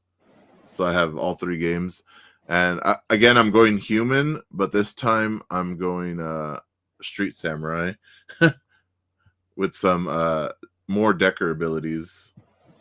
Because I think there's a lot I missed out because I couldn't do any of the decking stuff on the first playthrough. The music's not that bad either. I enjoyed the music, so I'm probably gonna look for the soundtrack. And I am on my second playthrough because I knew a little bit of the stuff. Like my intelligence is higher, so I have different etiquettes that you can choose from, so you can talk to certain people and get them to do things that you want or get past certain obstacles. So now I'm using those to do things that I didn't know. And Don't do that with JRPGs. Okay. there's situations where I thought that was the only outcome, and it was a completely different outcome this time around. I'm like, whoa, I didn't know that. Like I thought it was just set, like that's what we're doing. So it's been very interesting to play it again, knowing a little bit about the mechanics and seeing that I can actually change a few things here and there. So I think I'm going to play through it, and then I'm going to jump into the next game, and then the next one after that. See, very different experiences for every playthrough. The fact is, the way that you build your character will give you a completely different experience for the next run. If you build a character that is, a brute force kind of guy, for every solution, it's for every problem, your solution is, strength. Whereas if you build it differently, like dexterity or intelligence or something, you go down different paths. You have different actions available to you. And it's quite exhilarating. It's not just grinding every single level. You are experiencing different outcomes to even the same scenario. So yeah, how did you like that aspect, Jose? It was really fun. Like I said, I wasn't expecting much going into the game. Like I was like, I'll just play it. Just I even looked at on how long to beat to see how long it would take. Okay. Just because I was wondering, like, can I beat this in the time? By the time we were going to do the episode, which was like 2 weeks ago originally, but I had beaten it like maybe the day before, and then we ended up not doing the episode, and then I was like, I saw the sale, and I was like, I'm gonna play it again. There you go. That is I was like, always I a have good enough sign. time to play it again. So That is a good sign, because those are time sinks. And when you want to go back and play that game that was a time sink, then you know it's a winner. Very true. Very true. You want to see how every build runs through the game. So it's not just, you're going to smash everything. What happens if I do a topper? You go and talk to everybody. You try to find solutions for all of these problems that you just smashed through earlier. Or, if you're a sneaker, then you try to see if you can, sneak past that thing that you fought 50 rounds over. This time you just find a way around it, And then I didn't have too much trouble with the game. Like, well, at first, maybe I died like 3 or 4 times. But when I got to the end of the game, it like, I don't know what happened. It like turned up the difficulty all the way. It was so hard. I didn't think hockey sticked it. Okay, got it. I was just like, what the? I was like, what happened? I was like, I was doing pretty good, and now I'm dying left and right. So the difficulty was a hockey stick curve. You know how hockey sticks are drawn, like they go up like that. So yeah, sounds like it. So I just played like on the default, like the normal difficulty, and it even said, do you want to play easy if this is your first time playing a type of game like this? And I was like, nah, I'm good. Like, I'll just normal it. All right, and that was Jose's experience of Shadowrun Returns. I would say it's a net positive. Jose enjoyed it from the sound of it. Very cool. Also another thing with CRPGs, whenever you say role-playing games, it's always like the medieval era, right? But looking at Shadowrun, here it's a cyberpunk universe. Yes, it's post-apocalyptic actually. Something happened in the past, if I recall, Jose. Yeah. And all the mystical things from legends come out, like dragons, elves, magic actually begins, things like that. So it comes to reality. It's a very interesting campaign world. Yeah, it takes place like on Earth, so the setting is actually Seattle. So there you go. Nice, very cool. All right. I think there's also a Shadowrun game in I think it's somewhere in Asia. Was it China? Hong I Kong. forgot. Yeah, Uh, Dragonfall. I Kong. forgot. Yeah, Yeah, I know there's Dragonfall, and I think the last one is Hong Kong. Hong Kong. That's it. There you go. And then there was that weird one on the 360 that. Mhm. All right. Jomar says, right. When we were kids, we didn't know about the local and overseas calls. We thought everything is the same. I called a friend of mine in Zambia, and my dad freaked out, and I experienced the end of a end of a belt because the one phone bill is bigger than his monthly salary. One of the dumbest things I've done. Yeah, that's true. Have to admit, long distance calls, that was killer way back when. And John Mentes says, no, it's not always medieval. Look at the best CRPG of all time, summertime. Oh, fine. I know. I think that's like the second or third time he's mentioned it. Oh yeah, that's true. I guess I'll look it up. No. Let's talk to Miss Eileen. I'm curious, Miss Eileen, what's your game of the episode, and what was your experience with it? Well, my game of choice, it's not actually the more known titles. It's not my background, which is Dragon Age. And also, just to add, I have played the first Diablo in the 90s and maybe in the past 10 years, Fallout. But then I chose to select a lesser known title, and it's called Tower of Time, which was released in 2017. I got this actually for free on GOG, and it's currently on sale for about 50 pesos and $5 on GOG. So the story of this game is you are technically the main character. You start out as a boy, and he is exploring this kind of top of, let's say, an upside down tower, and he explores the area. And then suddenly a voice is starting to call out to him. He passes by some golems, and they're like, "Oh, he's still a young kid. It's not yet. It's in. They're talking about something. It's in there, but it's not yet flourished." So he goes to the end of this area, and it's like a throne calling out to him, saying, "Right now you don't understand it yet, but when you grow up, you will have a strong desire to come back here." And as the story goes, the main character grows up. I don't think he has a name other than he's labeled as a hero. He grows up and rises in rank among the soldiers and the warriors. And then there comes the urge to go back to that tower. And he brings with him some soldiers, and let's say he's inferiors. And then everything comes back to him because his memories were actually kind of blurry. But once he got back to the tower, something reinvigorated him.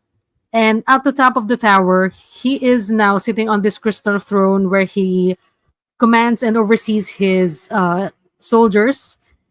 And they need to go to the bottom of the tower because there is something there that they could not yet understand. And it might save the world because these are like dark times in this world. And it's nearing the end, but this tower might be the last resort for them to be able to save their well, not just their town but the entire world.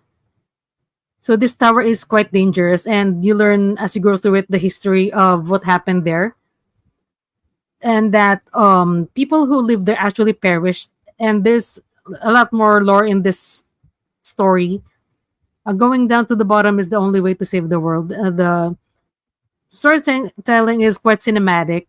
It's not much of animated stories or animated videos. It's more like if you know visual novels, modern visual novels, they just like plaster a kind of art, and the narration goes as you see them.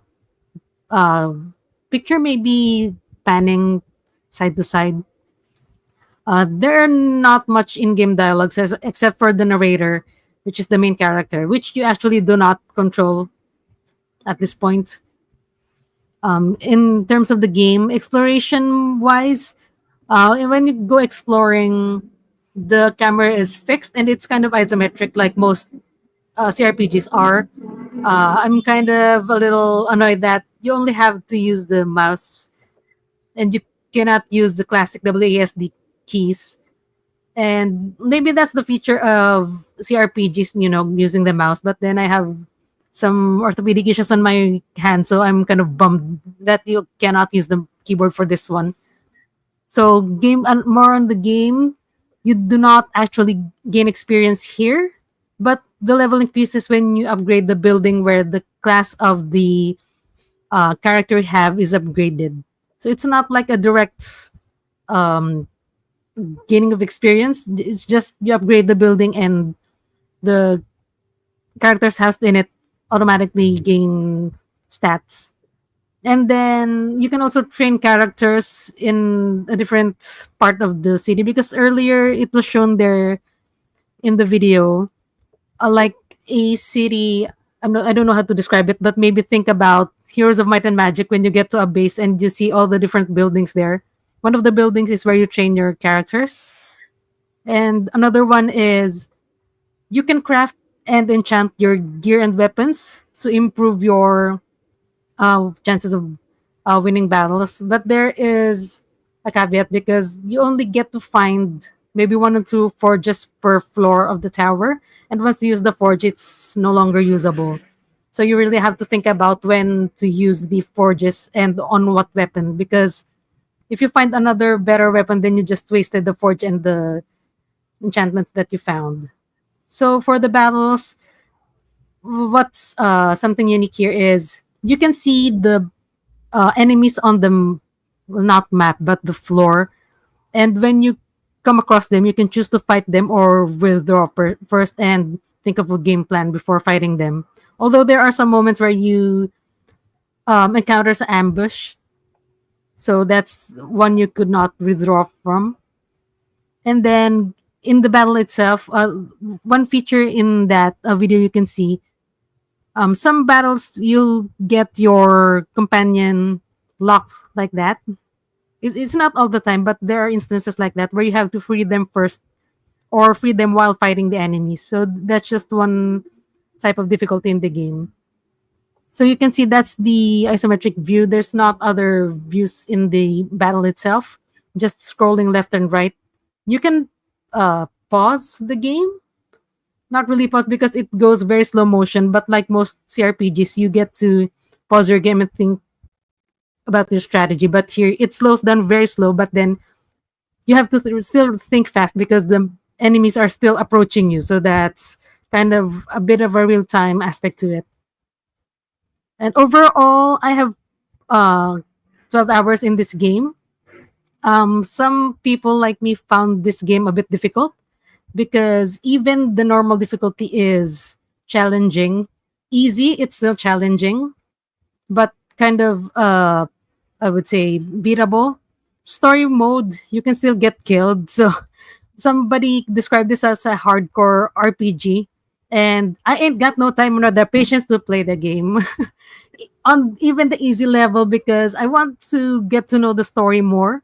I mean, it like I said before, the game is kind of beatable on easy mode, but then you get easily killed. So you really need to sit down and think about your strategies in this game. It's not something you can easily pass the time. You have to be concentrated on playing this game.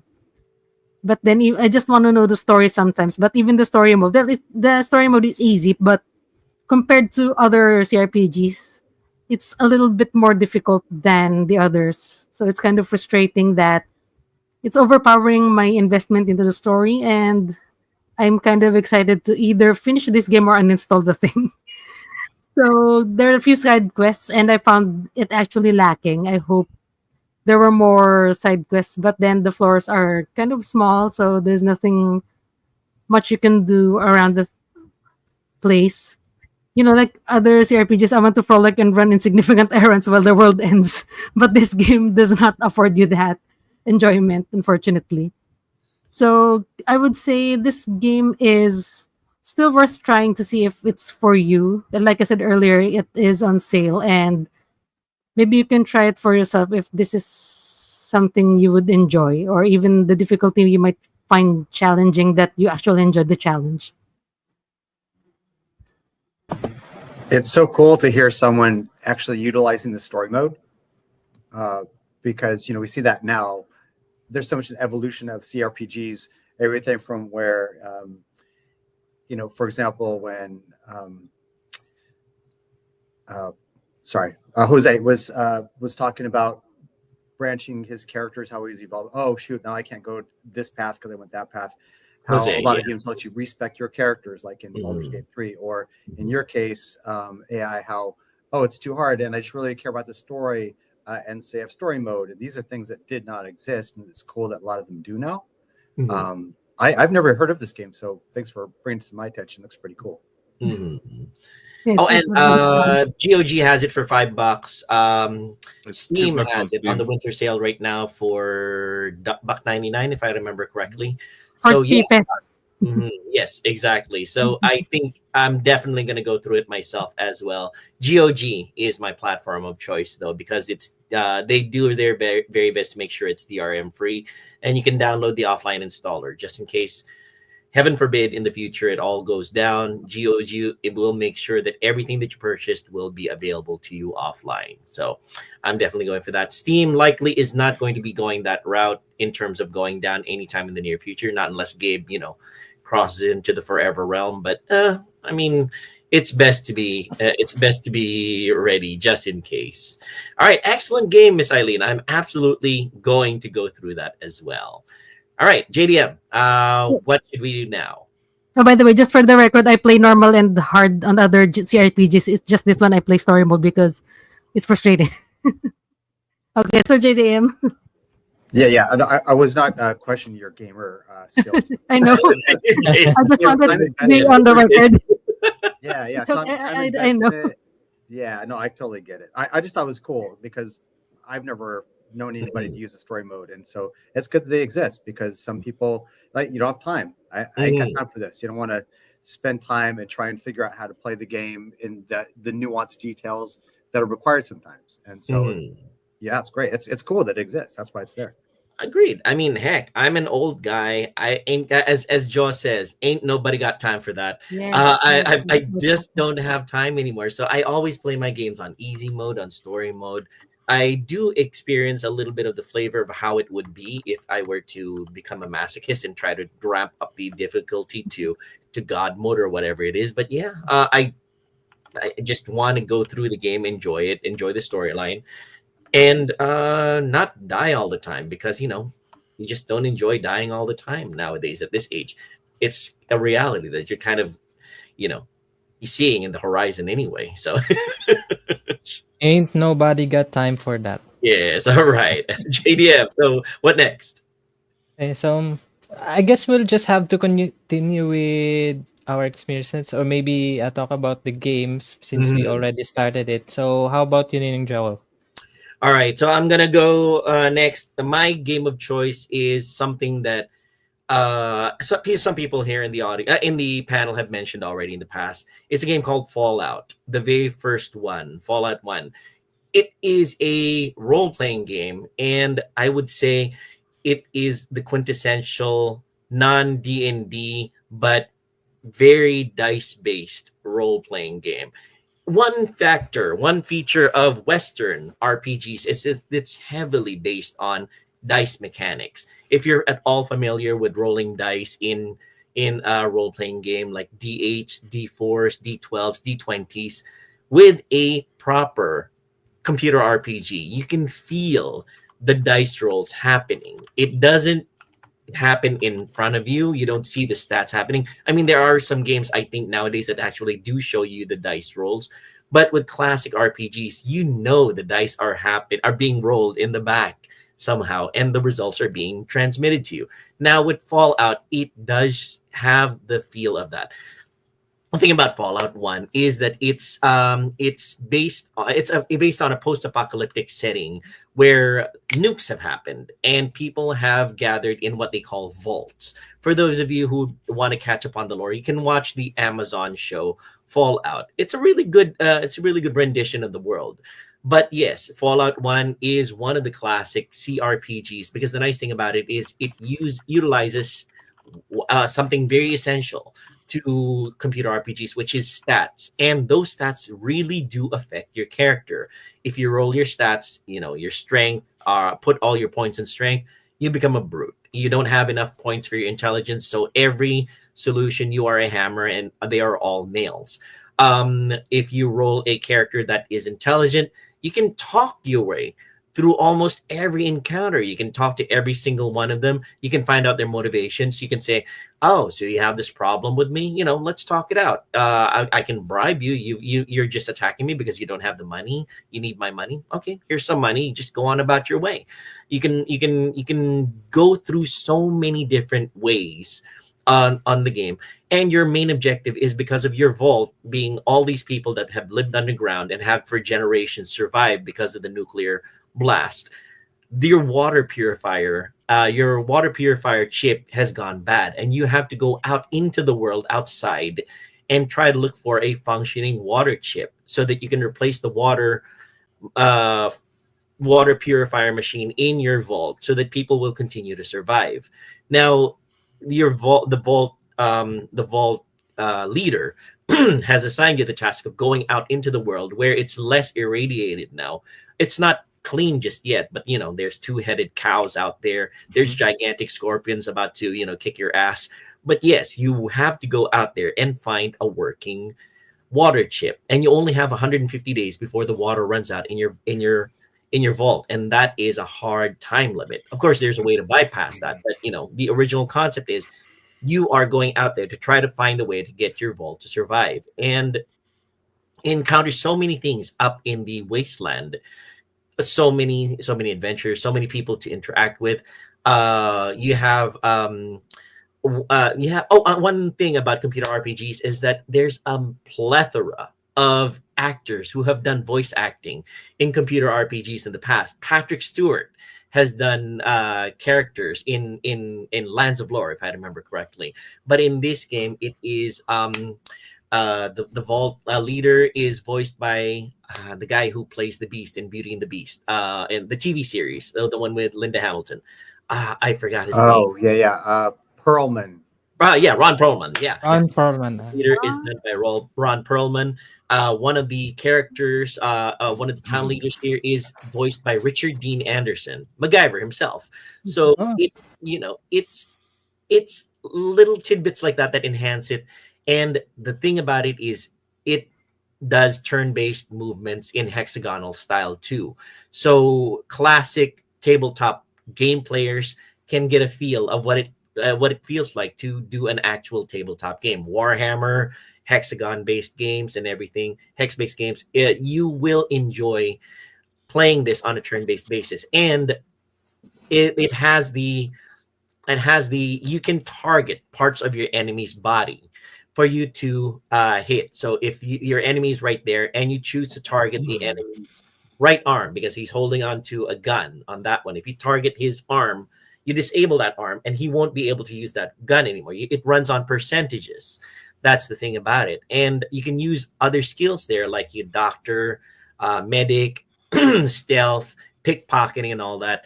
They are all available to you depending on the skill points that you allocate to them. So if you one of the skills that I forgot what it's called. It's jibbing. Basically, if you kill somebody, they explode in bits and pieces of meat all throughout. So it's always that. So you don't have anything to loot after, but it's an insta kill, so you don't have to worry about it. So it's quite an adventure. It's post-apocalyptic, and it started off my obsession with listening to 1940s music because the main theme song of this is sung by the group in the 1940s called the Ink Spots.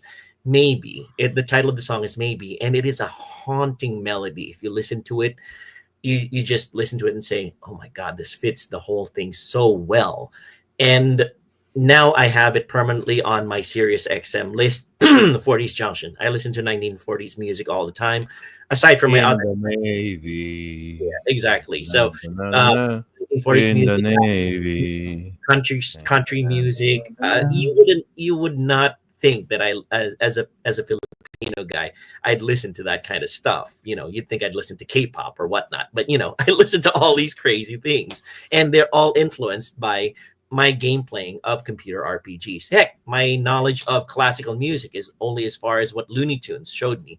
But I digress. So Kill the wabbit. that's about as far as I know in terms of opera. So or the Raptors film anyway. But yes, now the thing about Fallout is all of these skills are available to you. You allocate points based on the level that you go up on, and they are all useful. Make no mistake, there is no throwaway skill here.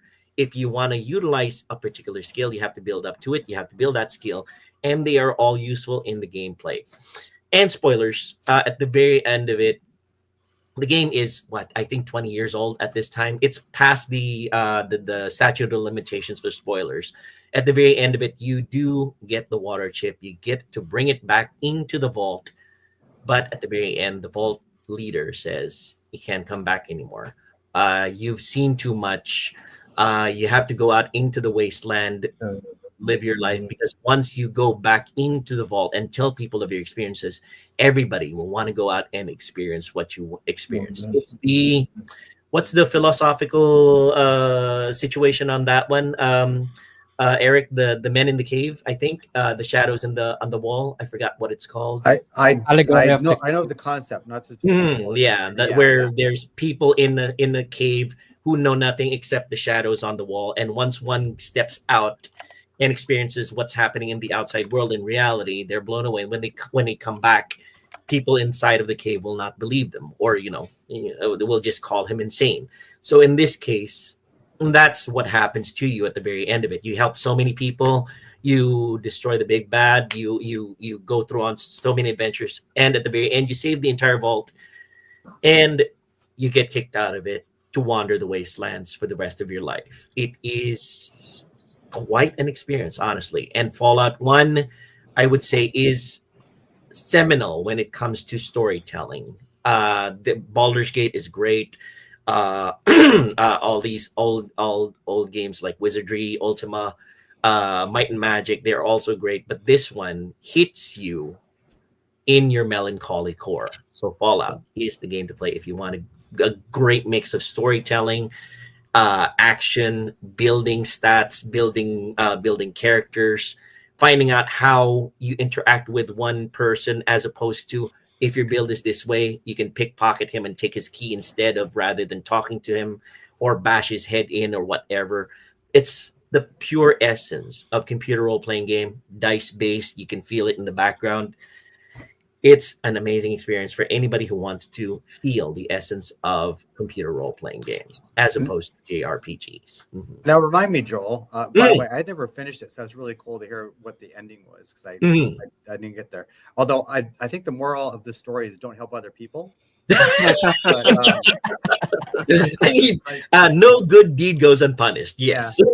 Yeah. But tell me if I'm wrong, because I thought there was it might be a perk in one of the later versions where when you can choose to blow them into chunks when you kill them. Yes, but that's exactly. But there was no role play. There's no game. I thought, because you'd mentioned that there was a gameplay element to it. But I thought it was just like, I just want to see people explode, and so you'd put points into it. Is that that's it? What it is, right? Yes, precisely, exactly. So funny. It's I just want to see things explode. Okay. Exactly. I mean, if you want to go that direction, you can. You can't do it in a JRPG game. Oh yeah, they're not going to allow that in a JRPG, no. All right, so that's my game of the episode, Fallout 1, and I hear Fallout 2 is great too. I've gone through it but not finished it like you, Eric.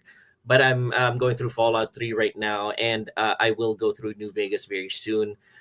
All of them so far have been amazing with what I've seen so far. I wouldn't be surprised if by the end of it, I would, just enjoy the entire series for what it is. All right. Okay, back to you, JDM.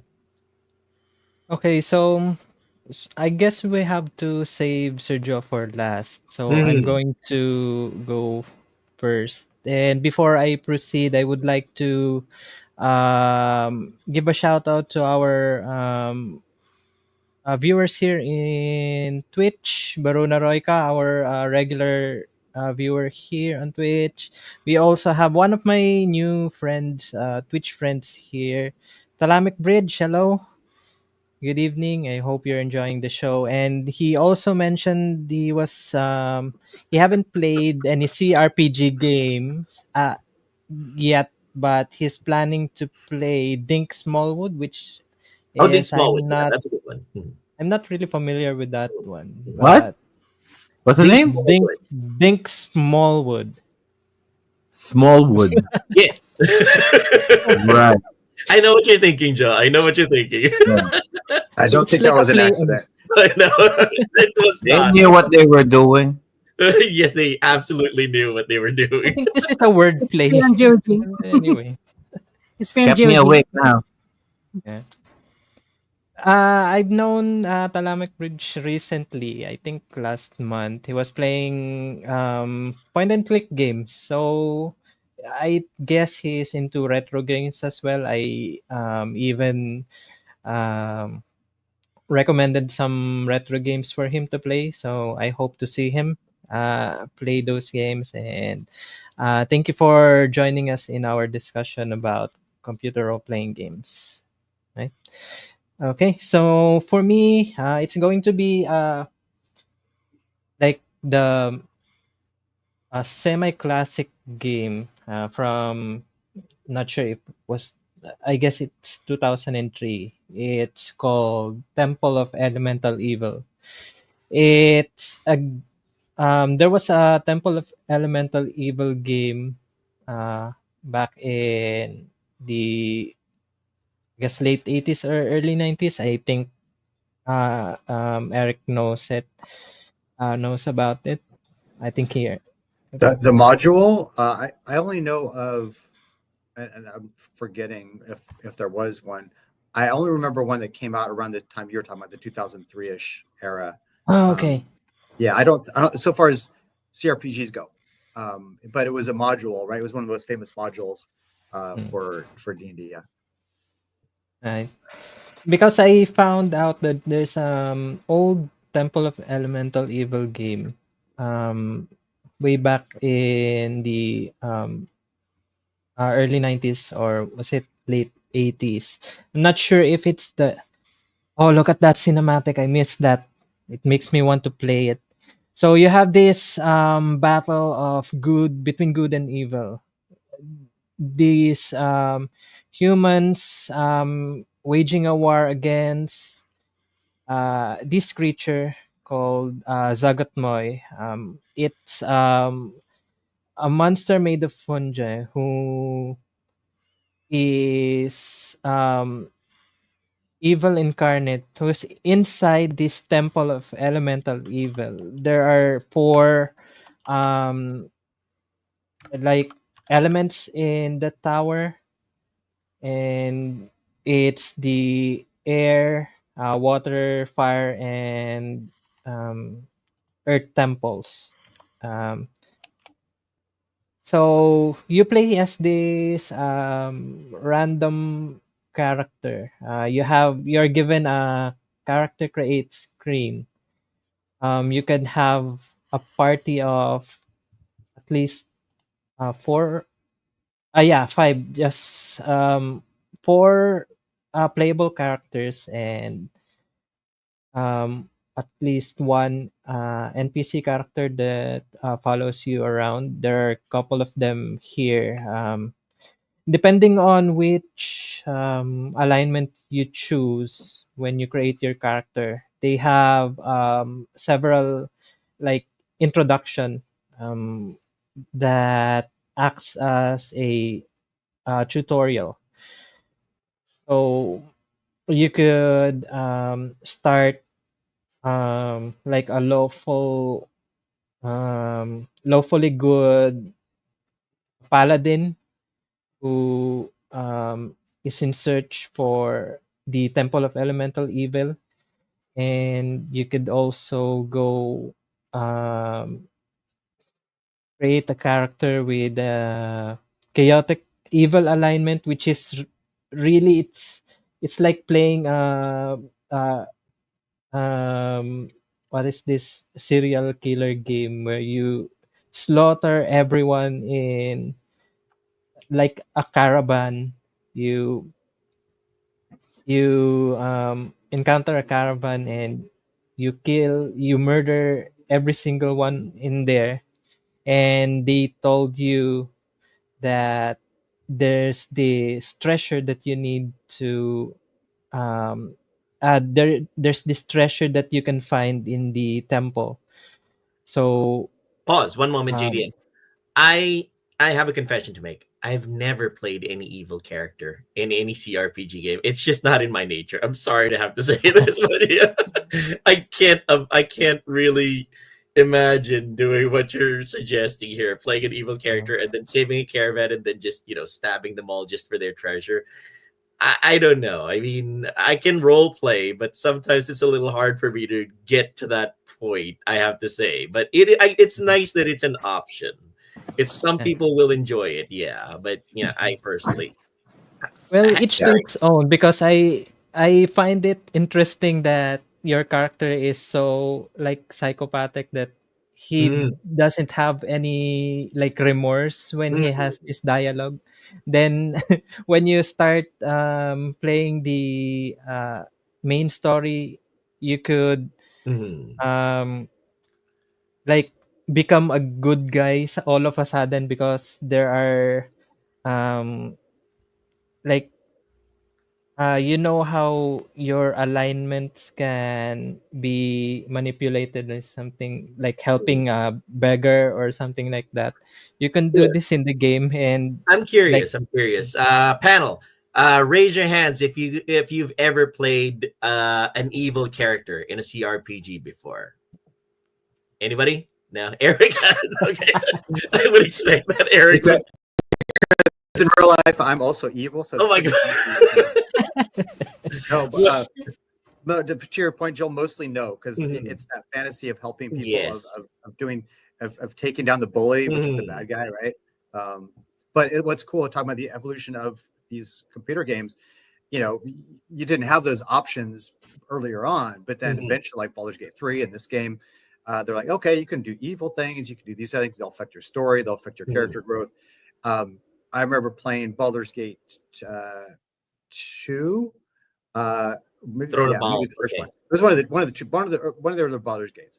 Mhm. And my ranger accidentally killed some innocent character, and then he was a fallen ranger. Like he could no longer advance as a ranger, right? And so Mm. it's cool how they intersect with gameplay sometimes. But Yes. yeah, to your point, no, usually not. There's- One quick. Oh, Yeah, go Joel. ahead, Eric. Can you finish your One point? one quick note was that is a cool game, by the way, JDM, because it has Temple of Elemental Evil in the modules. In 1979, the first module I ever played was called Village of Hamlet, and that Village of Hamlet is part of that game. It actually shows there's famously this castle under construction that you go to visit, and actually they showed in that video, which oh yeah, that's right, Village of Rufus Hamlet and is Burn. the beginning of the game. So yeah, it's pretty cool. It's too bad they weren't able to kind of continue on with that franchise, because I think they did a good job with that game. To John Ben's point, well, I played Nazi Germany in Sudden Strike. Does that count? Yeah, it kind of does. If you played Red Alert, Command and Conquer Red Alert, and you play as the Russians, it kind of counts too as well. That's true. But yes, I would say that's another thing about computer role-playing games. If you play a particular alignment, some actions are limited to you. So as a lawful good character, you can't just go about willy-nilly murdering somebody, Or if you're a chaotic, or shall we say a neutral evil character, you can't. I think one of the limitations is that you can't go into the good churches, if I remember correctly, good temples or something like that. Yeah, it's like you can't go in there because it would physically hurt you, something like that. So yeah, which Alignment. which We're talking about alignment. Then alignments, yes. if lawfully good is a thing, then what the hell was Sir Jummer doing the last time we played D&D? He was very much I guess He was neutral at best. he would probably be chaotic good, I would say. Yeah. Mhm. Although Definitely. Yeah, go Joel. yeah, I was just saying, regarding Baldur's Gate, though, I remember my first playthrough of Baldur's Gate from beginning to end, Baldur's Gate 1. This one I'm not going to spoil because it's relatively recent. Baldur's Gate 1, I played a lawful good paladin, and one of your party members who was chaotic evil could not stand you at all. You got your banter would be just like you guys insulting each other all the time. Because it's just that. But yes, by the end of Baldur's Gate, from Tales of the Sword Coast all the way to the Throne of Baal, your character of lawful good, the realizations that you undergo once you get to the very end, you say, "Oh my goodness, I it's a character arc that is for the ages." But and back to you, JD. I'm sorry for interrupting. Oh, that's okay. So Mhm. anyone can chime in. That's okay. So going back to the game, Eric mentioned this tower in the village of Hamlet. It was the tower um, in like in honor of the heroes Rufus and Byrne, who did clear some I guess raiders in nearby Hamlet. So they're building this tower. They're like the sheriffs in the town now. And then what I remember from this game, um it has political tensions, because in the temple there's been like the temples have been bickering, and like there's a power struggle within the temple within the elements. So everyone is going after this faction, and it's in like a state of like a kudeta or something like that. So the temples are not in good terms with each other. So also in the village of Hamlet, there's also religious turmoil because um, there's this religion that they call the Old Faith, which is like the like the old ways, so to speak. And then all of a sudden there comes this like church that um started to like try to convert people into their religion. So there's like unbalance in the religious preference. So you can try to help them convert the villagers to respective religions. And then also there's a town here that it's like a small fishing village. I forgot the name. You can interact with other characters in this game. Some of them you can eventually hire as your party members. One of them was a pirate named I forgot his name. He's a pirate, and in Hamlet you have Otis, I guess.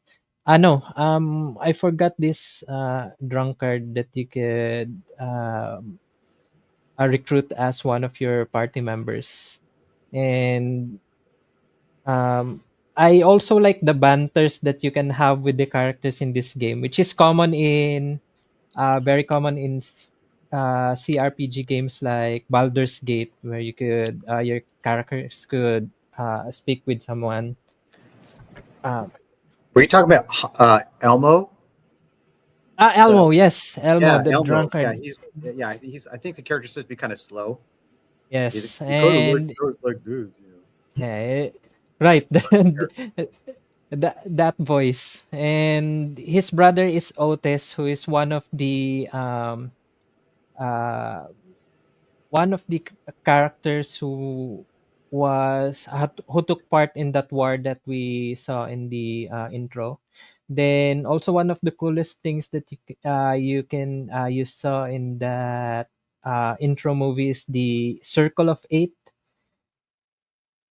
It's a collection of mages, druids, and other characters where they govern the good. They're trying to um, capture or like do um, the do your typical good doers. And then one of the plot here is that uh, Prince Trommel, the one who struck the fungi monster, he was uh, he went missing, and with the info that you had with the villagers, you discovered that he's inside the temple. He was being tortured or taken as a prisoner. So you find him in the temple. You could um so here comes um the option that you could like multiple options that you could choose on how you play your game. You can either help him escape the temple, and so he could find his way home, and you could also trick him by um, I'm not sure if um, you can take him to your party, then accidentally um, place him in this fireball. You can like accidentally kill him, so you can get his sword called the Fragarak, which is a bastard sword, which has the ability to do mirror damage.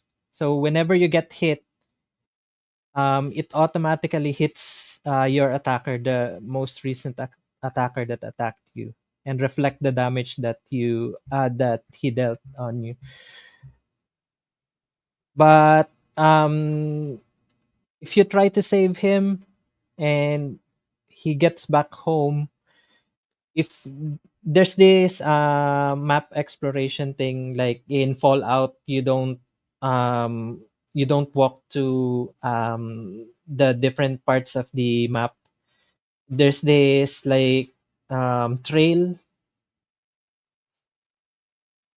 um you When you go to a different place, there's a trail that um there's an animated trail that allows you to travel.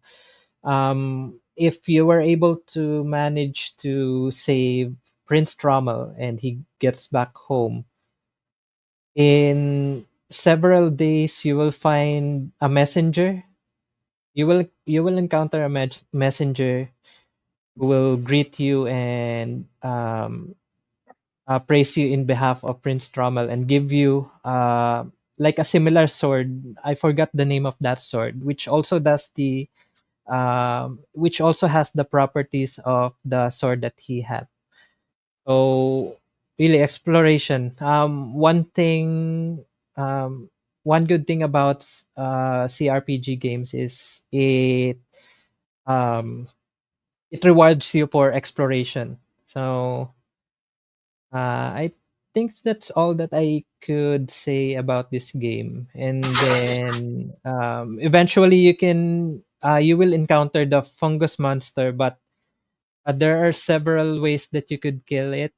You can go back to Hamlet and ask for the help of the sheriffs in the village, and they will give you like a tome on how to defeat that monster.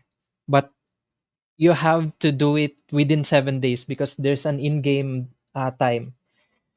You need to do it within 7 days, because if not, all of those it will be for nothing. And so you could do that. You could also go head on if you meet him and fight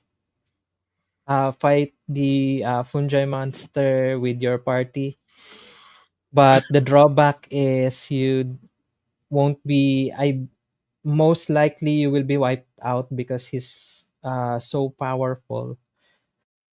But you can also try to bribe or talk your way with the other temple leaders, so they will try to help you. And then well, this game was developed by Troika Games, and also by published by Wizard of the Coast, if you're familiar with that company. Yeah, The I'm actually reason. friends with the founder of Wizards of the Coast, Peter Atkinson. Oh, Yeah, amazing. there's interesting bit of history too with that. So for people that are not into D&D, yeah, different versions. People are playing right now the 5th edition, and that Pull of Radiance that I played first edition, Baldur's Gate was 2nd edition, and then Wizards of the Coast, when Peter Atkinson came in and they need to revitalize it, that's when they came out with the new system, which of course also sells books. But 3.5 is what that game you're playing, Temple of Elemental Evil is, whereas Baldur's Gate 3 is 5, right? And so you're also playing different versions, and so there's a bit of history tied into those. Yeah, so you might have your proclivity to play like, oh, I played 3.5 with my friends, therefore I like Temple of Elemental Evil, right? So I have some other things to mention about that game, but that was something I wanted to bring up right off the bat. That was like, oh yeah, it's really cool and interesting how all these versions over time were tied into the versions of the game that were being sold at the time. I think I remember reading somewhere that D&D Online actually had the module inside of its setting, and if you were playing a D&D, the MMORPG D&D Online, so that shows the testament. It's a testament of how enduring that adventure is. It's not just the D&D paper module. It went into computer games, and it went into the online D&D game as well. So yeah, cheers. Great choice, JDM. Can I add a few bits on that? Now that Eric has mentioned that he's friends with the founder of WotC, maybe an introduction is in order. Yeah. But anyway, yeah, no, for sure, I'd be happy to introduce you guys. He's the sweetest guy. Nice. A few more things about that game, though. Yeah. So, Village of Hamlet, as I mentioned, the first module I played, 1979. Temple of Elemental Evil was the direct sequel, which is why the computer game is the culmination of both. But because Gary Gygax started doing a lot more managing of the company, it kept pushing out the game. So Temple of Elemental Evil didn't come out until 6 years later. So if you'd played Village of Hamlet anticipating the setup, which it does for Temple, you couldn't play it. And in fact, it was the 2nd edition version also. So it changed editions when it switched over. They did some things to expand upon it to make it its own standalone. But yeah, I remember we played Village of Hamlet. No sequel ever came out at that time. So we started playing other modules. But there was that. And then specifically on that game, some things I loved about it. That wheel interface that you guys saw in the video was pretty smooth. It was really nice for mouse-based stuff because it allowed you to do this plethora of moves all just by kind of branching off on that wheel. So that was a pretty cool feature. And then also I appreciate something that you don't see in very many, I think maybe only Baldur's Gate 3 and this game, was there integrate things like polearms for reach. Because in a lot of the games, like Pull of Radiance and those, even Baldur's Gate, if you had a spear or a halberd, it didn't matter. You still had to be right next to the guy. But when you're playing tactically, you might want to be on the other side of it and like hit them with that halberd over your buddy's shoulder, right? So they did a lot of really cool things in that game that are nuanced, but I thought worth mentioning. Well, there you go. I I guess we come to the highlight of the show where we beat on the JRPG guy. But before we do that, Joe, what would you like to do? Would you like to show Dan's video, or would you like to express your opinion? You know what? I don't think we have the time to do that. Oh yes, So, we do. Yes, we already went way too. We already went overtime on this I one. think So since what it's we'll the do? season finale, I think we can extend a little bit. Mhm.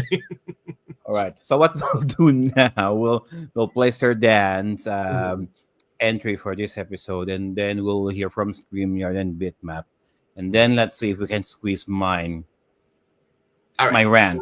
Sounds Okay. All right. All right. And here's Sir Dan for his entry for the computer role playing games. Sir Dan, where you at?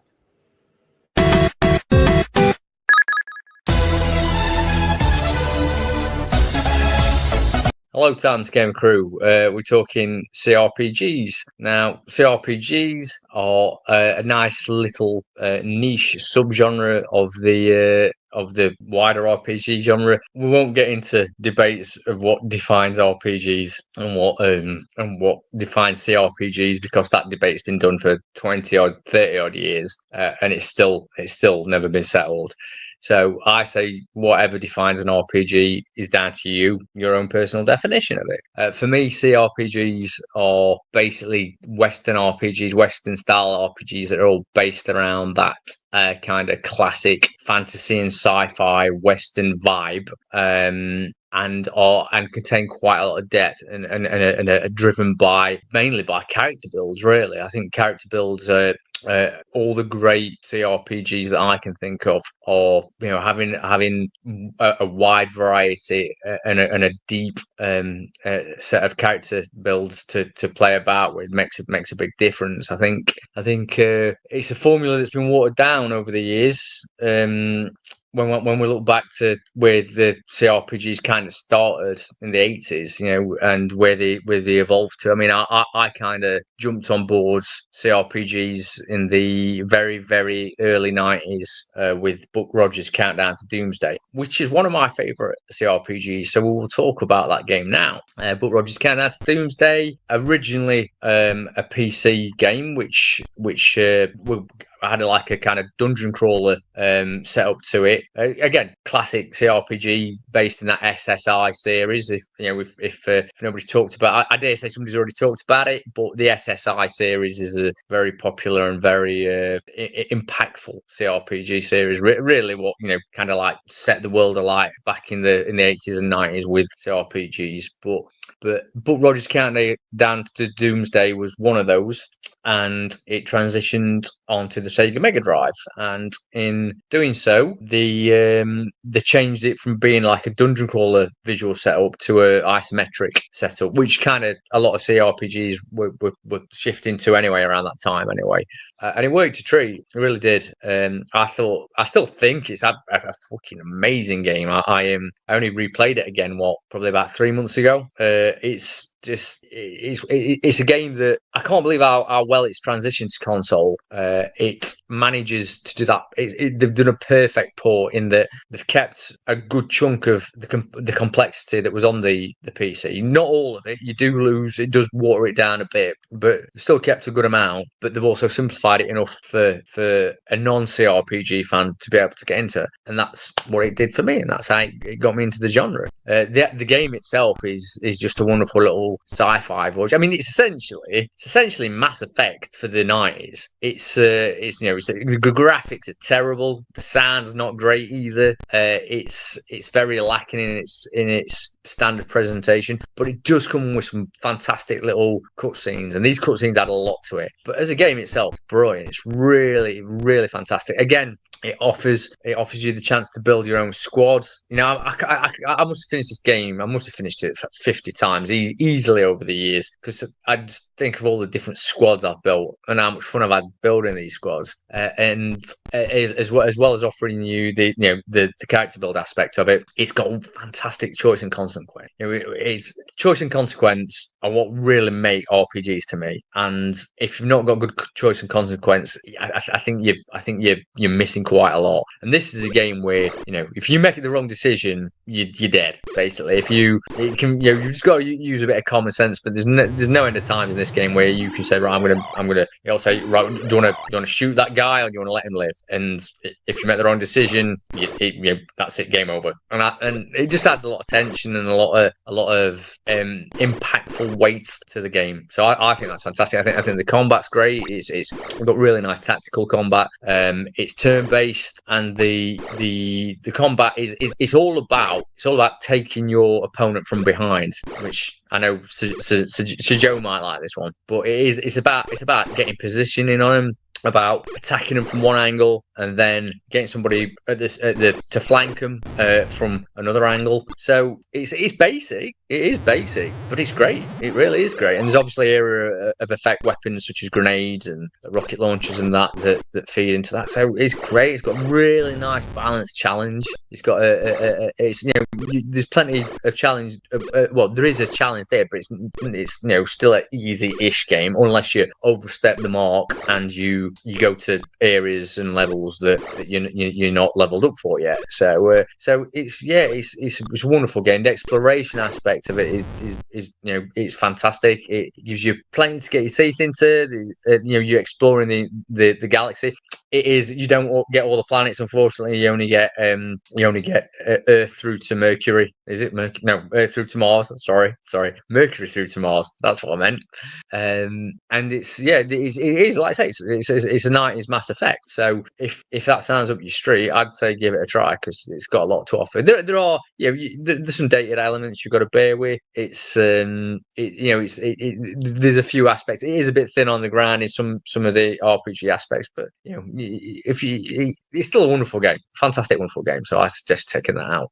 And the other game I'm going to mention, which is one of the all-time great classics and is one of my favorite games ever, is Baldur's Gate 2. And Baldur's Gate 2, I mean, everybody's talking about Baldur's Gate 3 because of how it's taken the gaming world by storm this past few years. Baldur's Gate 2, I mean, it's just as good, man. It's just, if not better. Baldur's Gate 2 is just, there's so much to it. There's so much to it. I've only finished it 7 times over the year because it's an RPG that whereas Buck Rogers Countdown to Doomsday, you can finish it in like 15-20 hours. Baldur's Gate 2 is like 150 hours to finish. If you're getting tucked into it, you can go through it way quicker. But if you're wanting to get really your teeth into it, it's a big RPG. But it's just, everything about it is amazing. Everything about it is wild. I mean, I can't say how much depth and choice and consequence, and it's for you who like romances in games. It's got romances. It's got a wonderful cast of characters. Wonderful, like I say, I've replayed it 7 times, and never once have I replayed it with the same cast. There's so many different options to choose from. They all have amazing banter.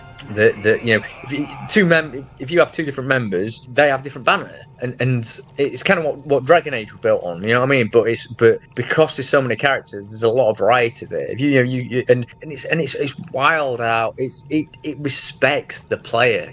These characters, if you say the wrong thing, they'll leave. If you keep 2 characters in who don't get on with each other, one will leave. You will have to choose. There's a lot of situations here which don't marry up perfectly. You have to be a leader. You can't just let the game be itself, which is superb. It's got so many different areas, so many different wonderful places to discover. In your first dungeon, as you leave the dungeon, you discover a set of dryads in there, and it's that type of wonder. It's just wonderful. It's just wonderful. And to top it all off, it's got, for me, probably the best villain in gaming. I think the main villain in this game is a guy called John Irenicus, and you meet him very early. There's no spoilers with that.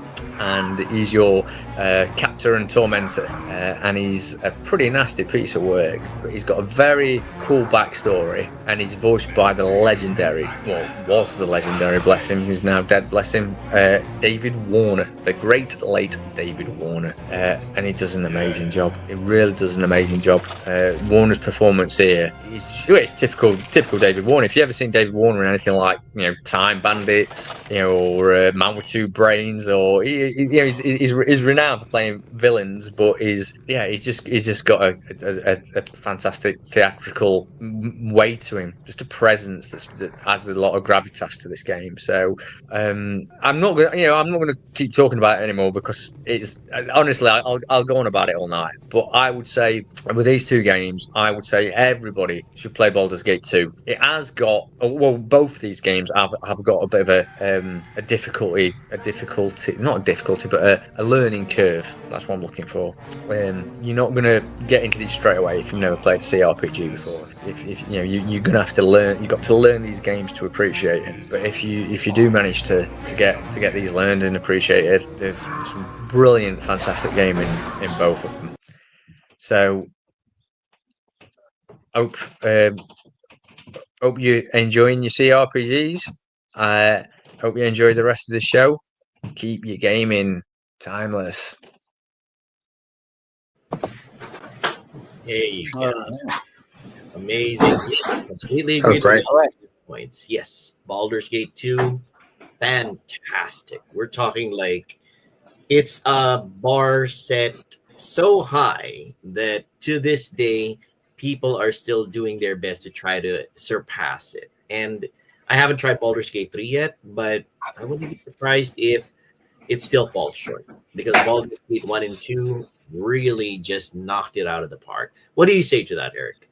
So yeah, absolutely. And in fact, if I had to pick a favorite, although Baldur's Gate 3 is fantastic and Pull of Radiance, that series is so nostalgic. 2 is to me the best because it had the combination of that kind of old school RPG with these wonderful interactions with the characters, as Dan was mentioning, that you could romance multiple characters, and it was slower form than Baldur's Gate 3. Come over, sweetie.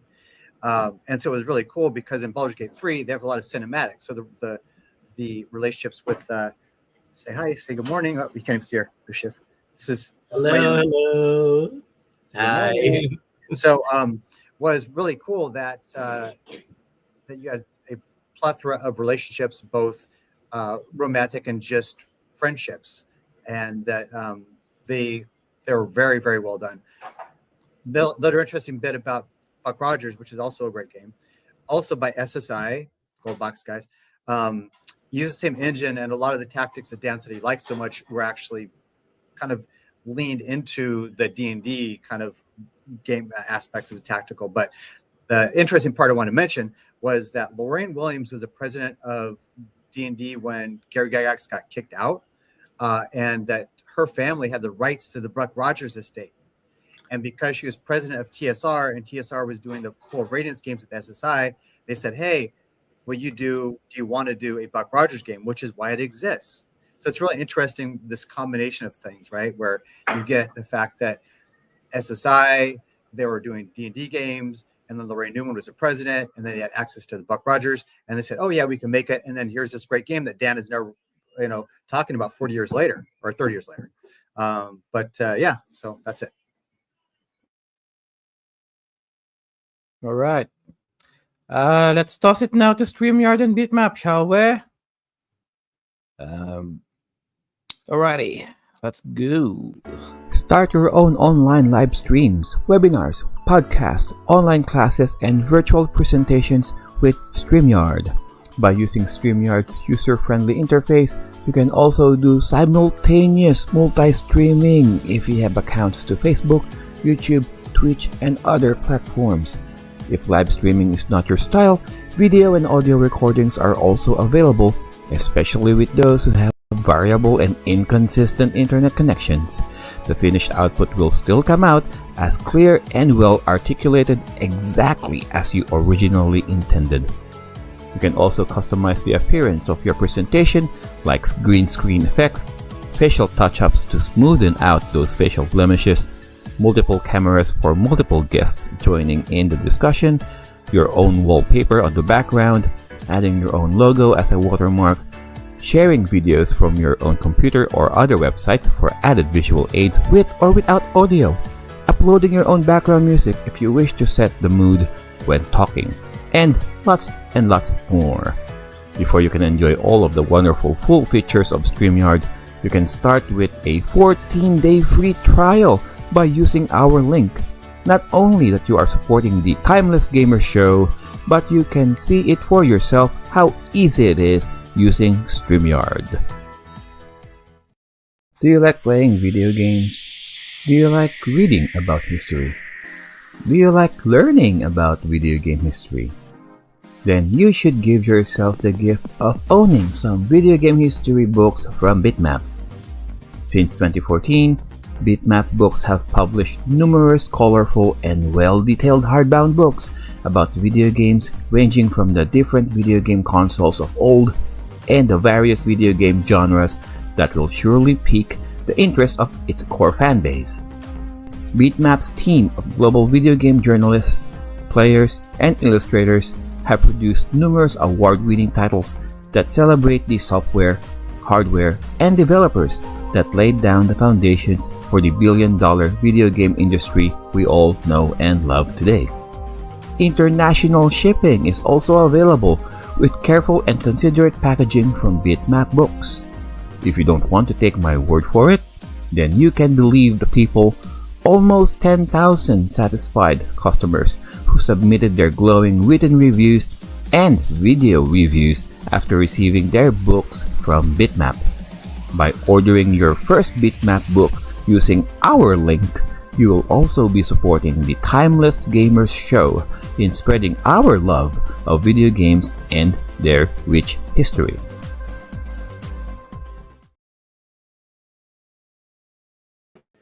All right, the CRPG book from BitMap Books. If you guys, it's very relevant to our topic for today. The CRPG book is just went on sale on the BitMap Books website, and I think they also have the second edition now. So if you guys want, it's a hefty beast. It's a tome that does show that is going to be detailing the history of computer RPGs. You guys might want to check out BitMap Books, our affiliate.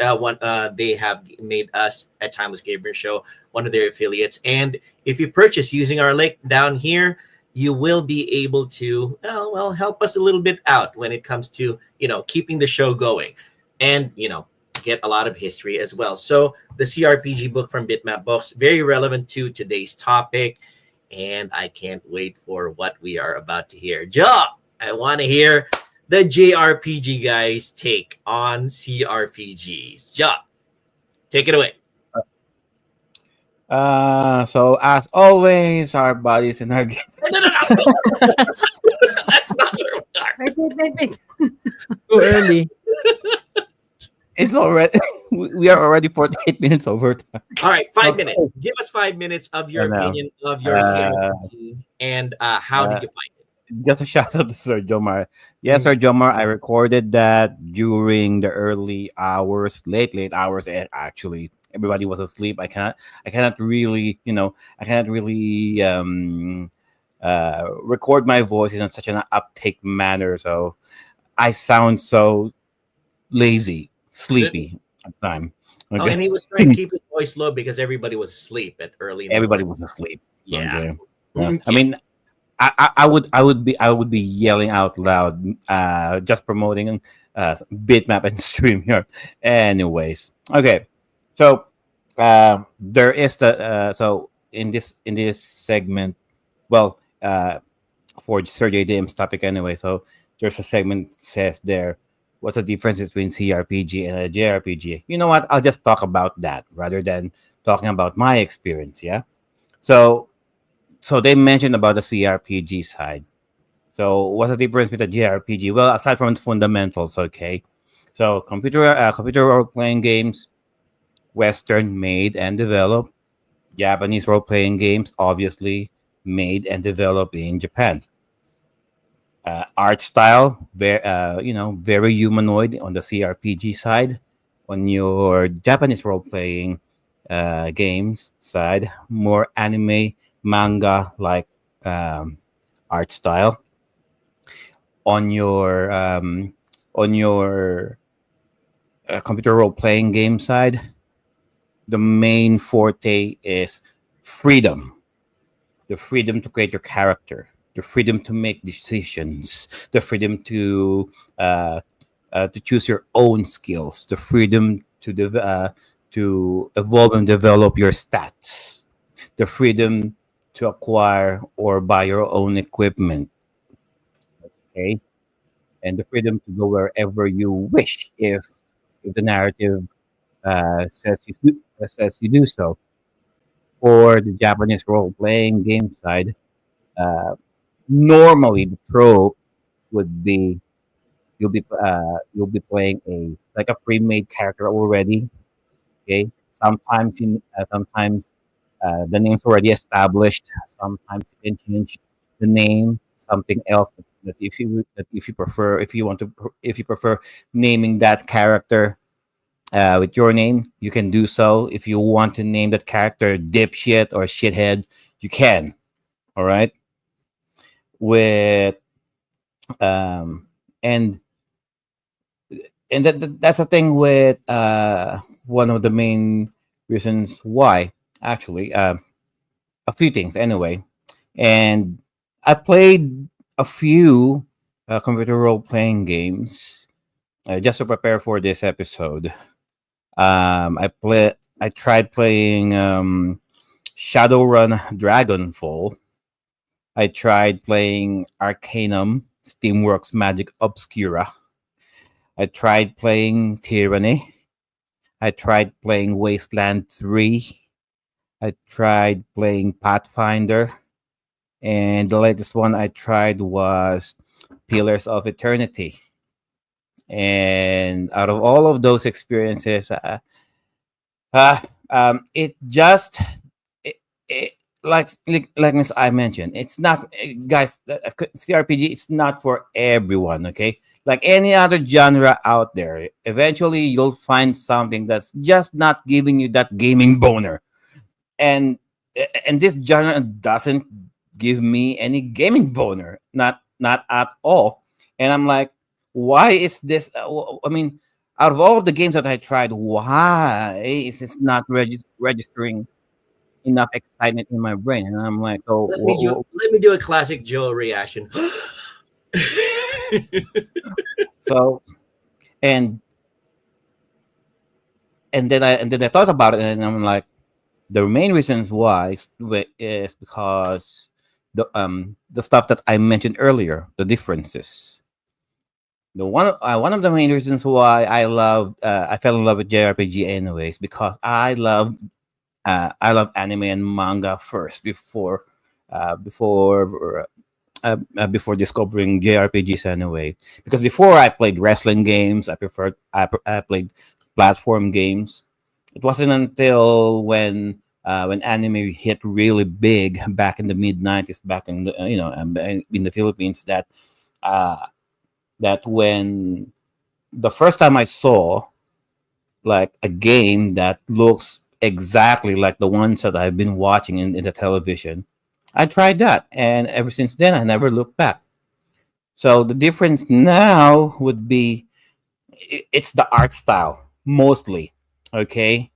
And one of the things that I noticed with all of the games that I mentioned, and all of the games that you guys mentioned earlier, the the character sprites are so small, and I'm going to channel my Zoolander face here. What is this? Is this game for ants? Yeah, fine. Okay. How can we allow players to play this if the character sprites are so small? And I don't want to hear any excuses, okay? The characters should be at least 3 times bigger than this. Okay? I'm like, most of the time I'm looking at the screen, and okay, and they're just like almost an inch tall, like all of the sprites. And I'm like, okay, because I'm looking at the screen, it's like it's all about background. I mean, because everything else is bigger, right? I mean, by comparison, the foreground, the environment, that's all that you can see. I mean, if you're not even paying attention to your sprites, I mean, I'm basically looking at everything else, because everything else is taking way too much space and way too much attention away from your character sprites. And I'm like, okay, sure, fine. And let's talk about the script and the dialogue. So unless the game is designed to zoom in and zoom out, okay, I'm reading like font size 8 or font size 10. And I'm like, so I really need to look far closer to the screen so I can read what the hell are they talking about. And I'm like, oh fuck this. Ain't nobody got time to read all this shit. So and guys, I'm a manga reader, okay? I'm a fan fiction reader. I'm a visual novel reader as well. I can read, okay? I can surmise, I can appreciate a good plot story, okay? But for some reason, I don't know. I mean, reading all of that dialogue, blah blah blah blah blah. I don't know. It's not really. It's not really. It's not really sticking in my head. Everything's just bouncing off. Gameplay wise, okay. Gameplay wise, the ones that I played, let's just say, okay, Pillars of Eternity, right? One of the things that I enjoyed about that game is that it's their combat mechanic. It's like pause and play kind of thing, where if you encounter an enemy, the game will just pause for a second so that you can strategize what action each character will do, and then you resume the game, and then each of your characters will take action. The closest game that I know that is exactly like that would be Star Ocean 1, the first departure, and Star Ocean 2, the second evolution. Star Ocean 2. Sir Joe, let me interrupt you real quick. Yeah. Baldur's Gate 1 and 2 was absolutely a huge influence, which has the same mechanic. It's real time. Same mechanic. Yeah, it's very much. It's probably even more so than the game you mentioned. There's that because of Western history side, right? A Western CPR RPG. But I just want to mention that. That's one of the reasons I love Pillars, is because it's like Baldur's Gate. Yeah, it does have the classic feel of a tabletop RPG. You know, all right, like the same way that we did our D&D session with Eric. All right, these guys show up in front of you. What do you want to do? That is the moment when you pause the game and everybody decides their actions, and that is present in Pillars of Eternity, Baldur's Gate, the Black Isle games, Planescape Torment. Yeah, that's also there too. Yeah. So like I mentioned, the only JRPGs that kind of resembles that kind of mechanic would be the Star Ocean. Well, the first two games anyway, and I'm and to Sir Dan's dismay, because he really doesn't like me cheating all the time, and I'm like, it's very grindy, and I'm like, because I don't really have the time and patience to do this anymore. Like, and usually RPGs are not grindy. Come on, you're yanking my chain now. No. Before, when I was younger, yes, I can grind. I can grind it, yes, but Final Fantasy. ain't nobody got time to grind anymore. Okay, so usually I just turn on a Game Shark and I'll just turn on whatever cheats that I want, just so I can pass through the game, so I can just breeze through the game, know the story as we go along, so I can finish this as much as possible. Joe has not heard of this thing called mods yet. Okay, anyway. No. With Pillars of Eternity, once you, I'm not sure, maybe it's the difficulty setting that I made. Whenever you clear out a dungeon, said monsters don't respawn. So, I'm the type of guy who would like to over level my characters, so that I don't feel that much difficulty when fighting some boss characters or whatever. Here, because because dungeons don't respawn their monsters. Like whatever level I'm at, that's it, really. So, and as much as I like grinding, I can't really do it here with Pillars of Eternity for some reason. Maybe I don't know. Maybe it's just a difficulty, the difficulty setting that I chose. I chose normal. Okay, I'm not such a spaz to choose easy, but I don't know. Maybe Hey, so. So as a Yeah. note too, with games like that and Pillars, because it's sandboxy, the way that you would level up is you just try and explore everywhere, do all the quests. That's their version of grind. So you can, but you just because if you just go from the story to beginning to end, you're going to be at a certain level. But if you do everything, if you go everywhere, you're definitely going to be a good 25% higher level. yes, Just to mention. agreed. Because of the fact that the JRPG mechanic of killing everything in the room, stepping out and coming back in, and everything respawns, that doesn't happen in Western RPGs. You go into an area, kill everything, you step out, you come back, his corpse is still there. So The that's corpses are still there. yeah.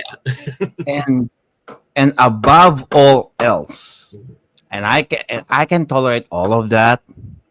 Sure. Here we go. At least give me one thing or two things to keep me glued into the screen.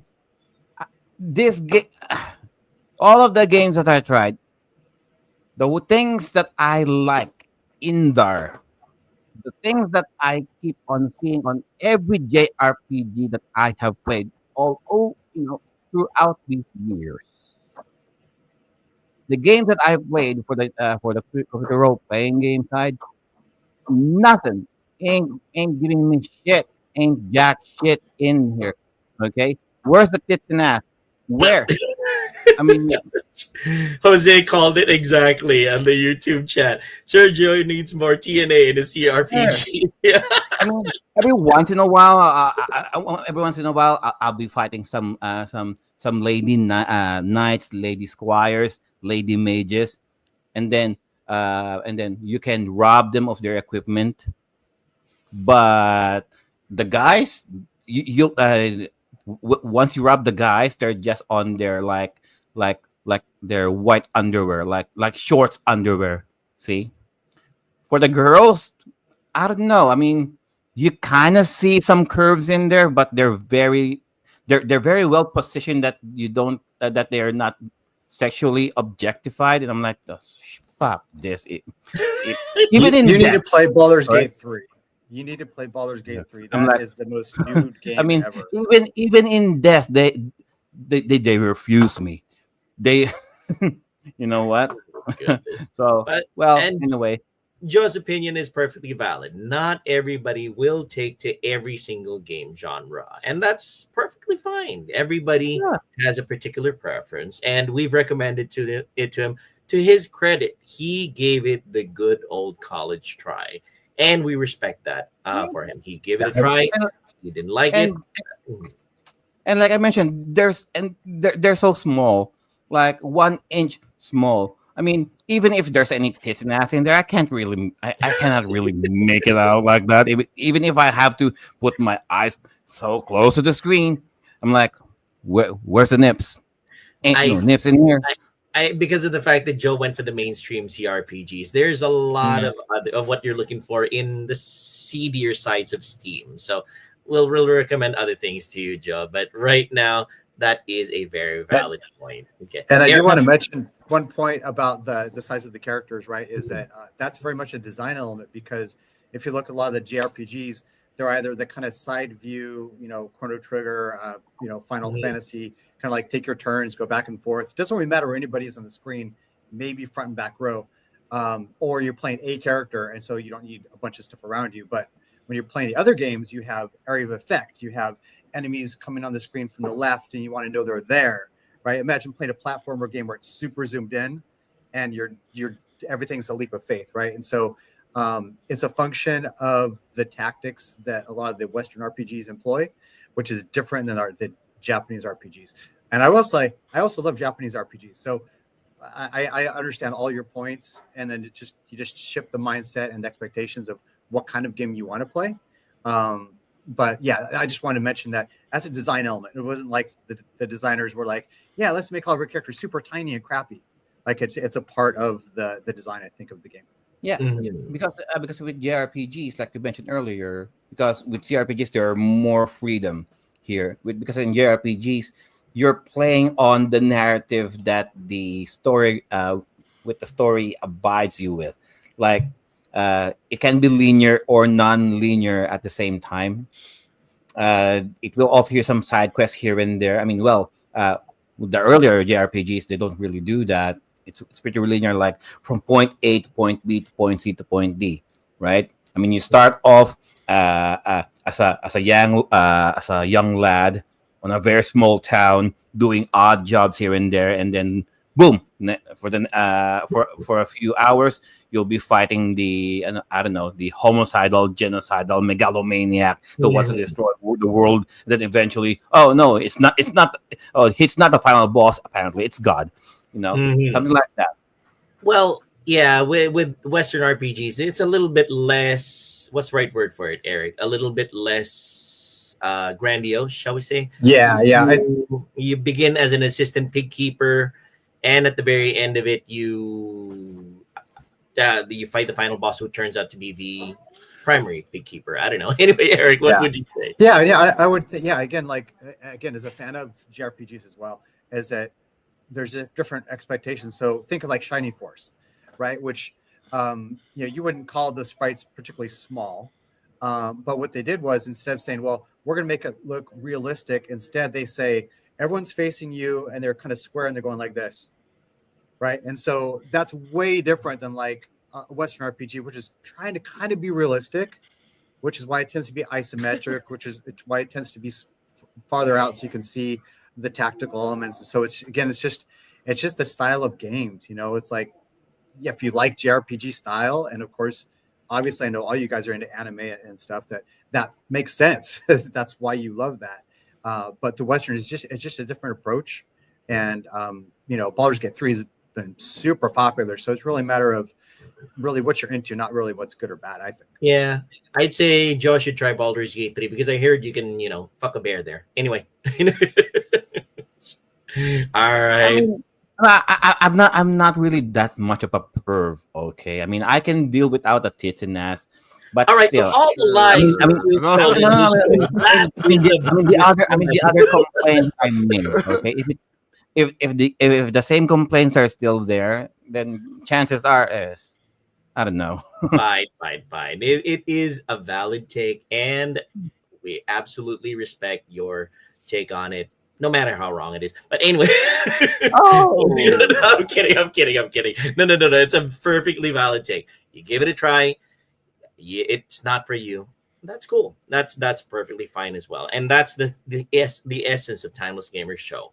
We give everything a try. We give everything a go.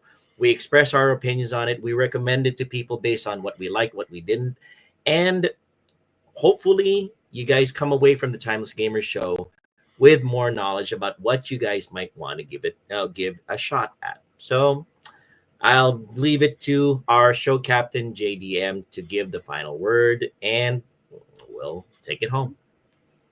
JDM. All right, so thank you so much for joining us in this show. So computer role playing games, like what who said that CRPGs are not for everyone, but if you have the time, or if you don't have anything much to do, or you would like to try playing tabletop games or learn more about Dungeons and Dragons, tabletop games, and all of those sorts, you might want to check out at least one game that you might prefer. And what do you know? Maybe you would like the genre better, or you may learn more about it and eventually like that genre that we have talked about today. Oh, I So, forgot to mention, JDM, your PowerPoint presentation, excellent preparation. Thank you very much for that. we would love to have that PowerPoint presentation uploaded onto our Timeless Gamer Show Facebook page in the file section and in the YouTube, in the Timeless Gamer Show website as well, because it looks like it is going to be very educational and very functional. Thanks so much for preparing that for us, JDM. All Yes. right. Mhm. All right, Joe, take us home. All right, let's do our shameless plugs. Of course, well, Sir JDM is there. Where can they find you?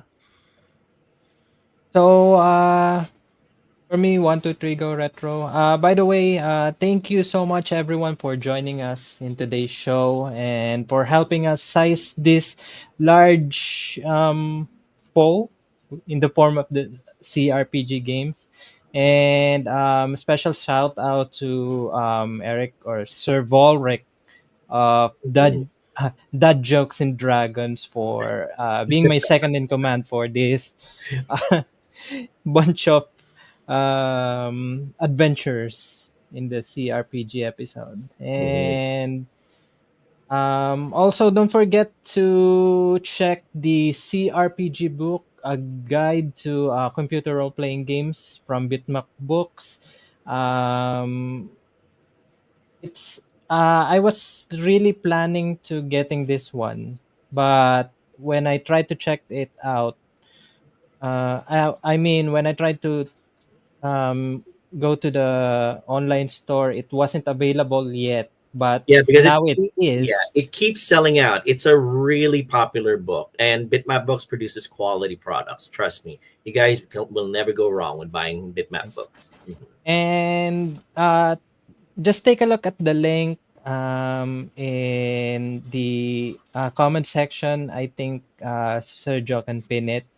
It already has the affiliate link. You can help the Timeless Gamer Show earn a little money for the show, because the Help show us won't keep the pay for lights itself. on. The show won't pay for itself, so Yeah, well. a little help will do. Well, so far, but you never know. All right. Thank you for that plug, Sir JDM. And of course, the guy who knows me in and out by now. Not Sir in Jose. not in the way that we normally know Joe's meaning of. But anyway, continue, Jose. That's what I want. And in such a short time. Okay, I mean, we fine. just met this dude like a month ago. And he already knows me. I already know him in and out. You can find me on In the spirit of the Twitter, old Kevin Twitch, Kline movie too. Anyway, continue. Facebook, Instagram, everywhere, gaming platforms, Dark Gothic Fate, and I plan to pick up streaming at the beginning of next year, and that's it for me. All right. Thank you for that, Sir Jose. And of course, our dungeon master, Sir Eric. Oops. Hey guys. Yeah. So I do want to double up on helping to contribute to Timeless Gamers, because these guys do so much work behind the scenes. I'm part of their Facebook Messenger, so support these guys. And yeah, you can find me on TikTok, Dad Jokes and Dragons. My daughter and I dress up in cosplay and do fantasy Dungeons and Dragons related puns. Really for as long as funny TikTok's ones. around, we'll be there. I'm also still on Facebook as Eric Wahlberg, and as I said before, if you're not super weird, I will add you as a friend.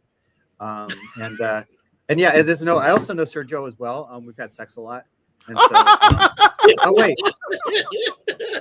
that was not really an innuendo, was it? That was not an innuendo. Okay, so I did that wrong. But anyway, no. Thanks for having me. Was a fun show, and you guys are awesome. All right. Thank you for that drop, Sir Eric. How about Sir You Joe? asked for that one, Joe. All right. Thank you very much, everybody, for watching the computer RPG episode of the Timeless Gamers Show. We've been really looking forward to this episode. We enjoyed ourselves immensely, and we hope you guys enjoyed yourselves as well. We tried to share our knowledge. We tried to share our experiences. and we hope we shared our happiness with the genre as well. You can find me streaming on Twitch and on Kick under the banner Banyagang Native, hashtag FUFB forever.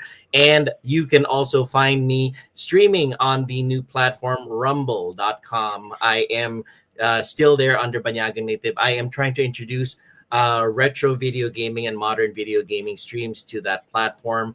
We're trying to gather an audience there and hopefully spread the word on retro and modern gaming as a form of enjoyment and therapy, not just the bane of reading, as the old fogies keep saying. But yes, that is where you can find me. Those are the platforms you can find me at.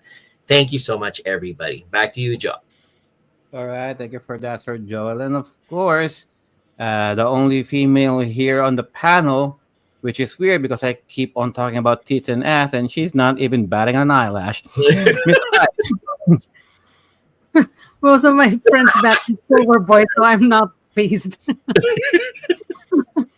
So yeah, I haven't streamed in a while, but you can find me on Twitch, YouTube, and my Facebook is actually empty, just updates on the show. So I hope to stream again sometime if I have the time, because I ain't got no time for that.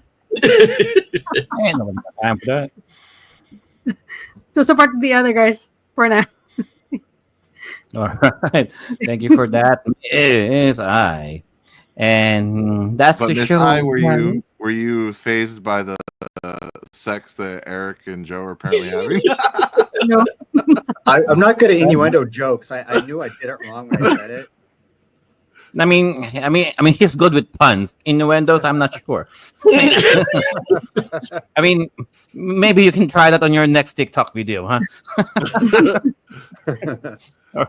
All right. So, on behalf of the panel right here, on behalf of Sir Drew, Miss Hinu, Sir Dan, Sir Viraj, Sir Ray, Sir Jomar, who can't be here right now, we wish you the happy holidays. Stay safe. Make sure that you make it on 2025. A lot of good stuff coming. Okay, and 2025. I would like to take this opportunity to greet a happy birthday to Sir Dan Dice as well. I think it's technically his birthday today. Yay! Happy birthday, Sir Dan. Thanks for Birthday. hanging around the show all the time. Okay. All right, so that's it, guys. And as always, our games and our bodies may grow out of date, but our gaming experiences will forever remain. Hey, Timeless. All right, guys. Enjoy the rest of your weekend. Happy holidays. Salamic Bridge. Thank Next you. year. Okay. Bye. Boo. Go.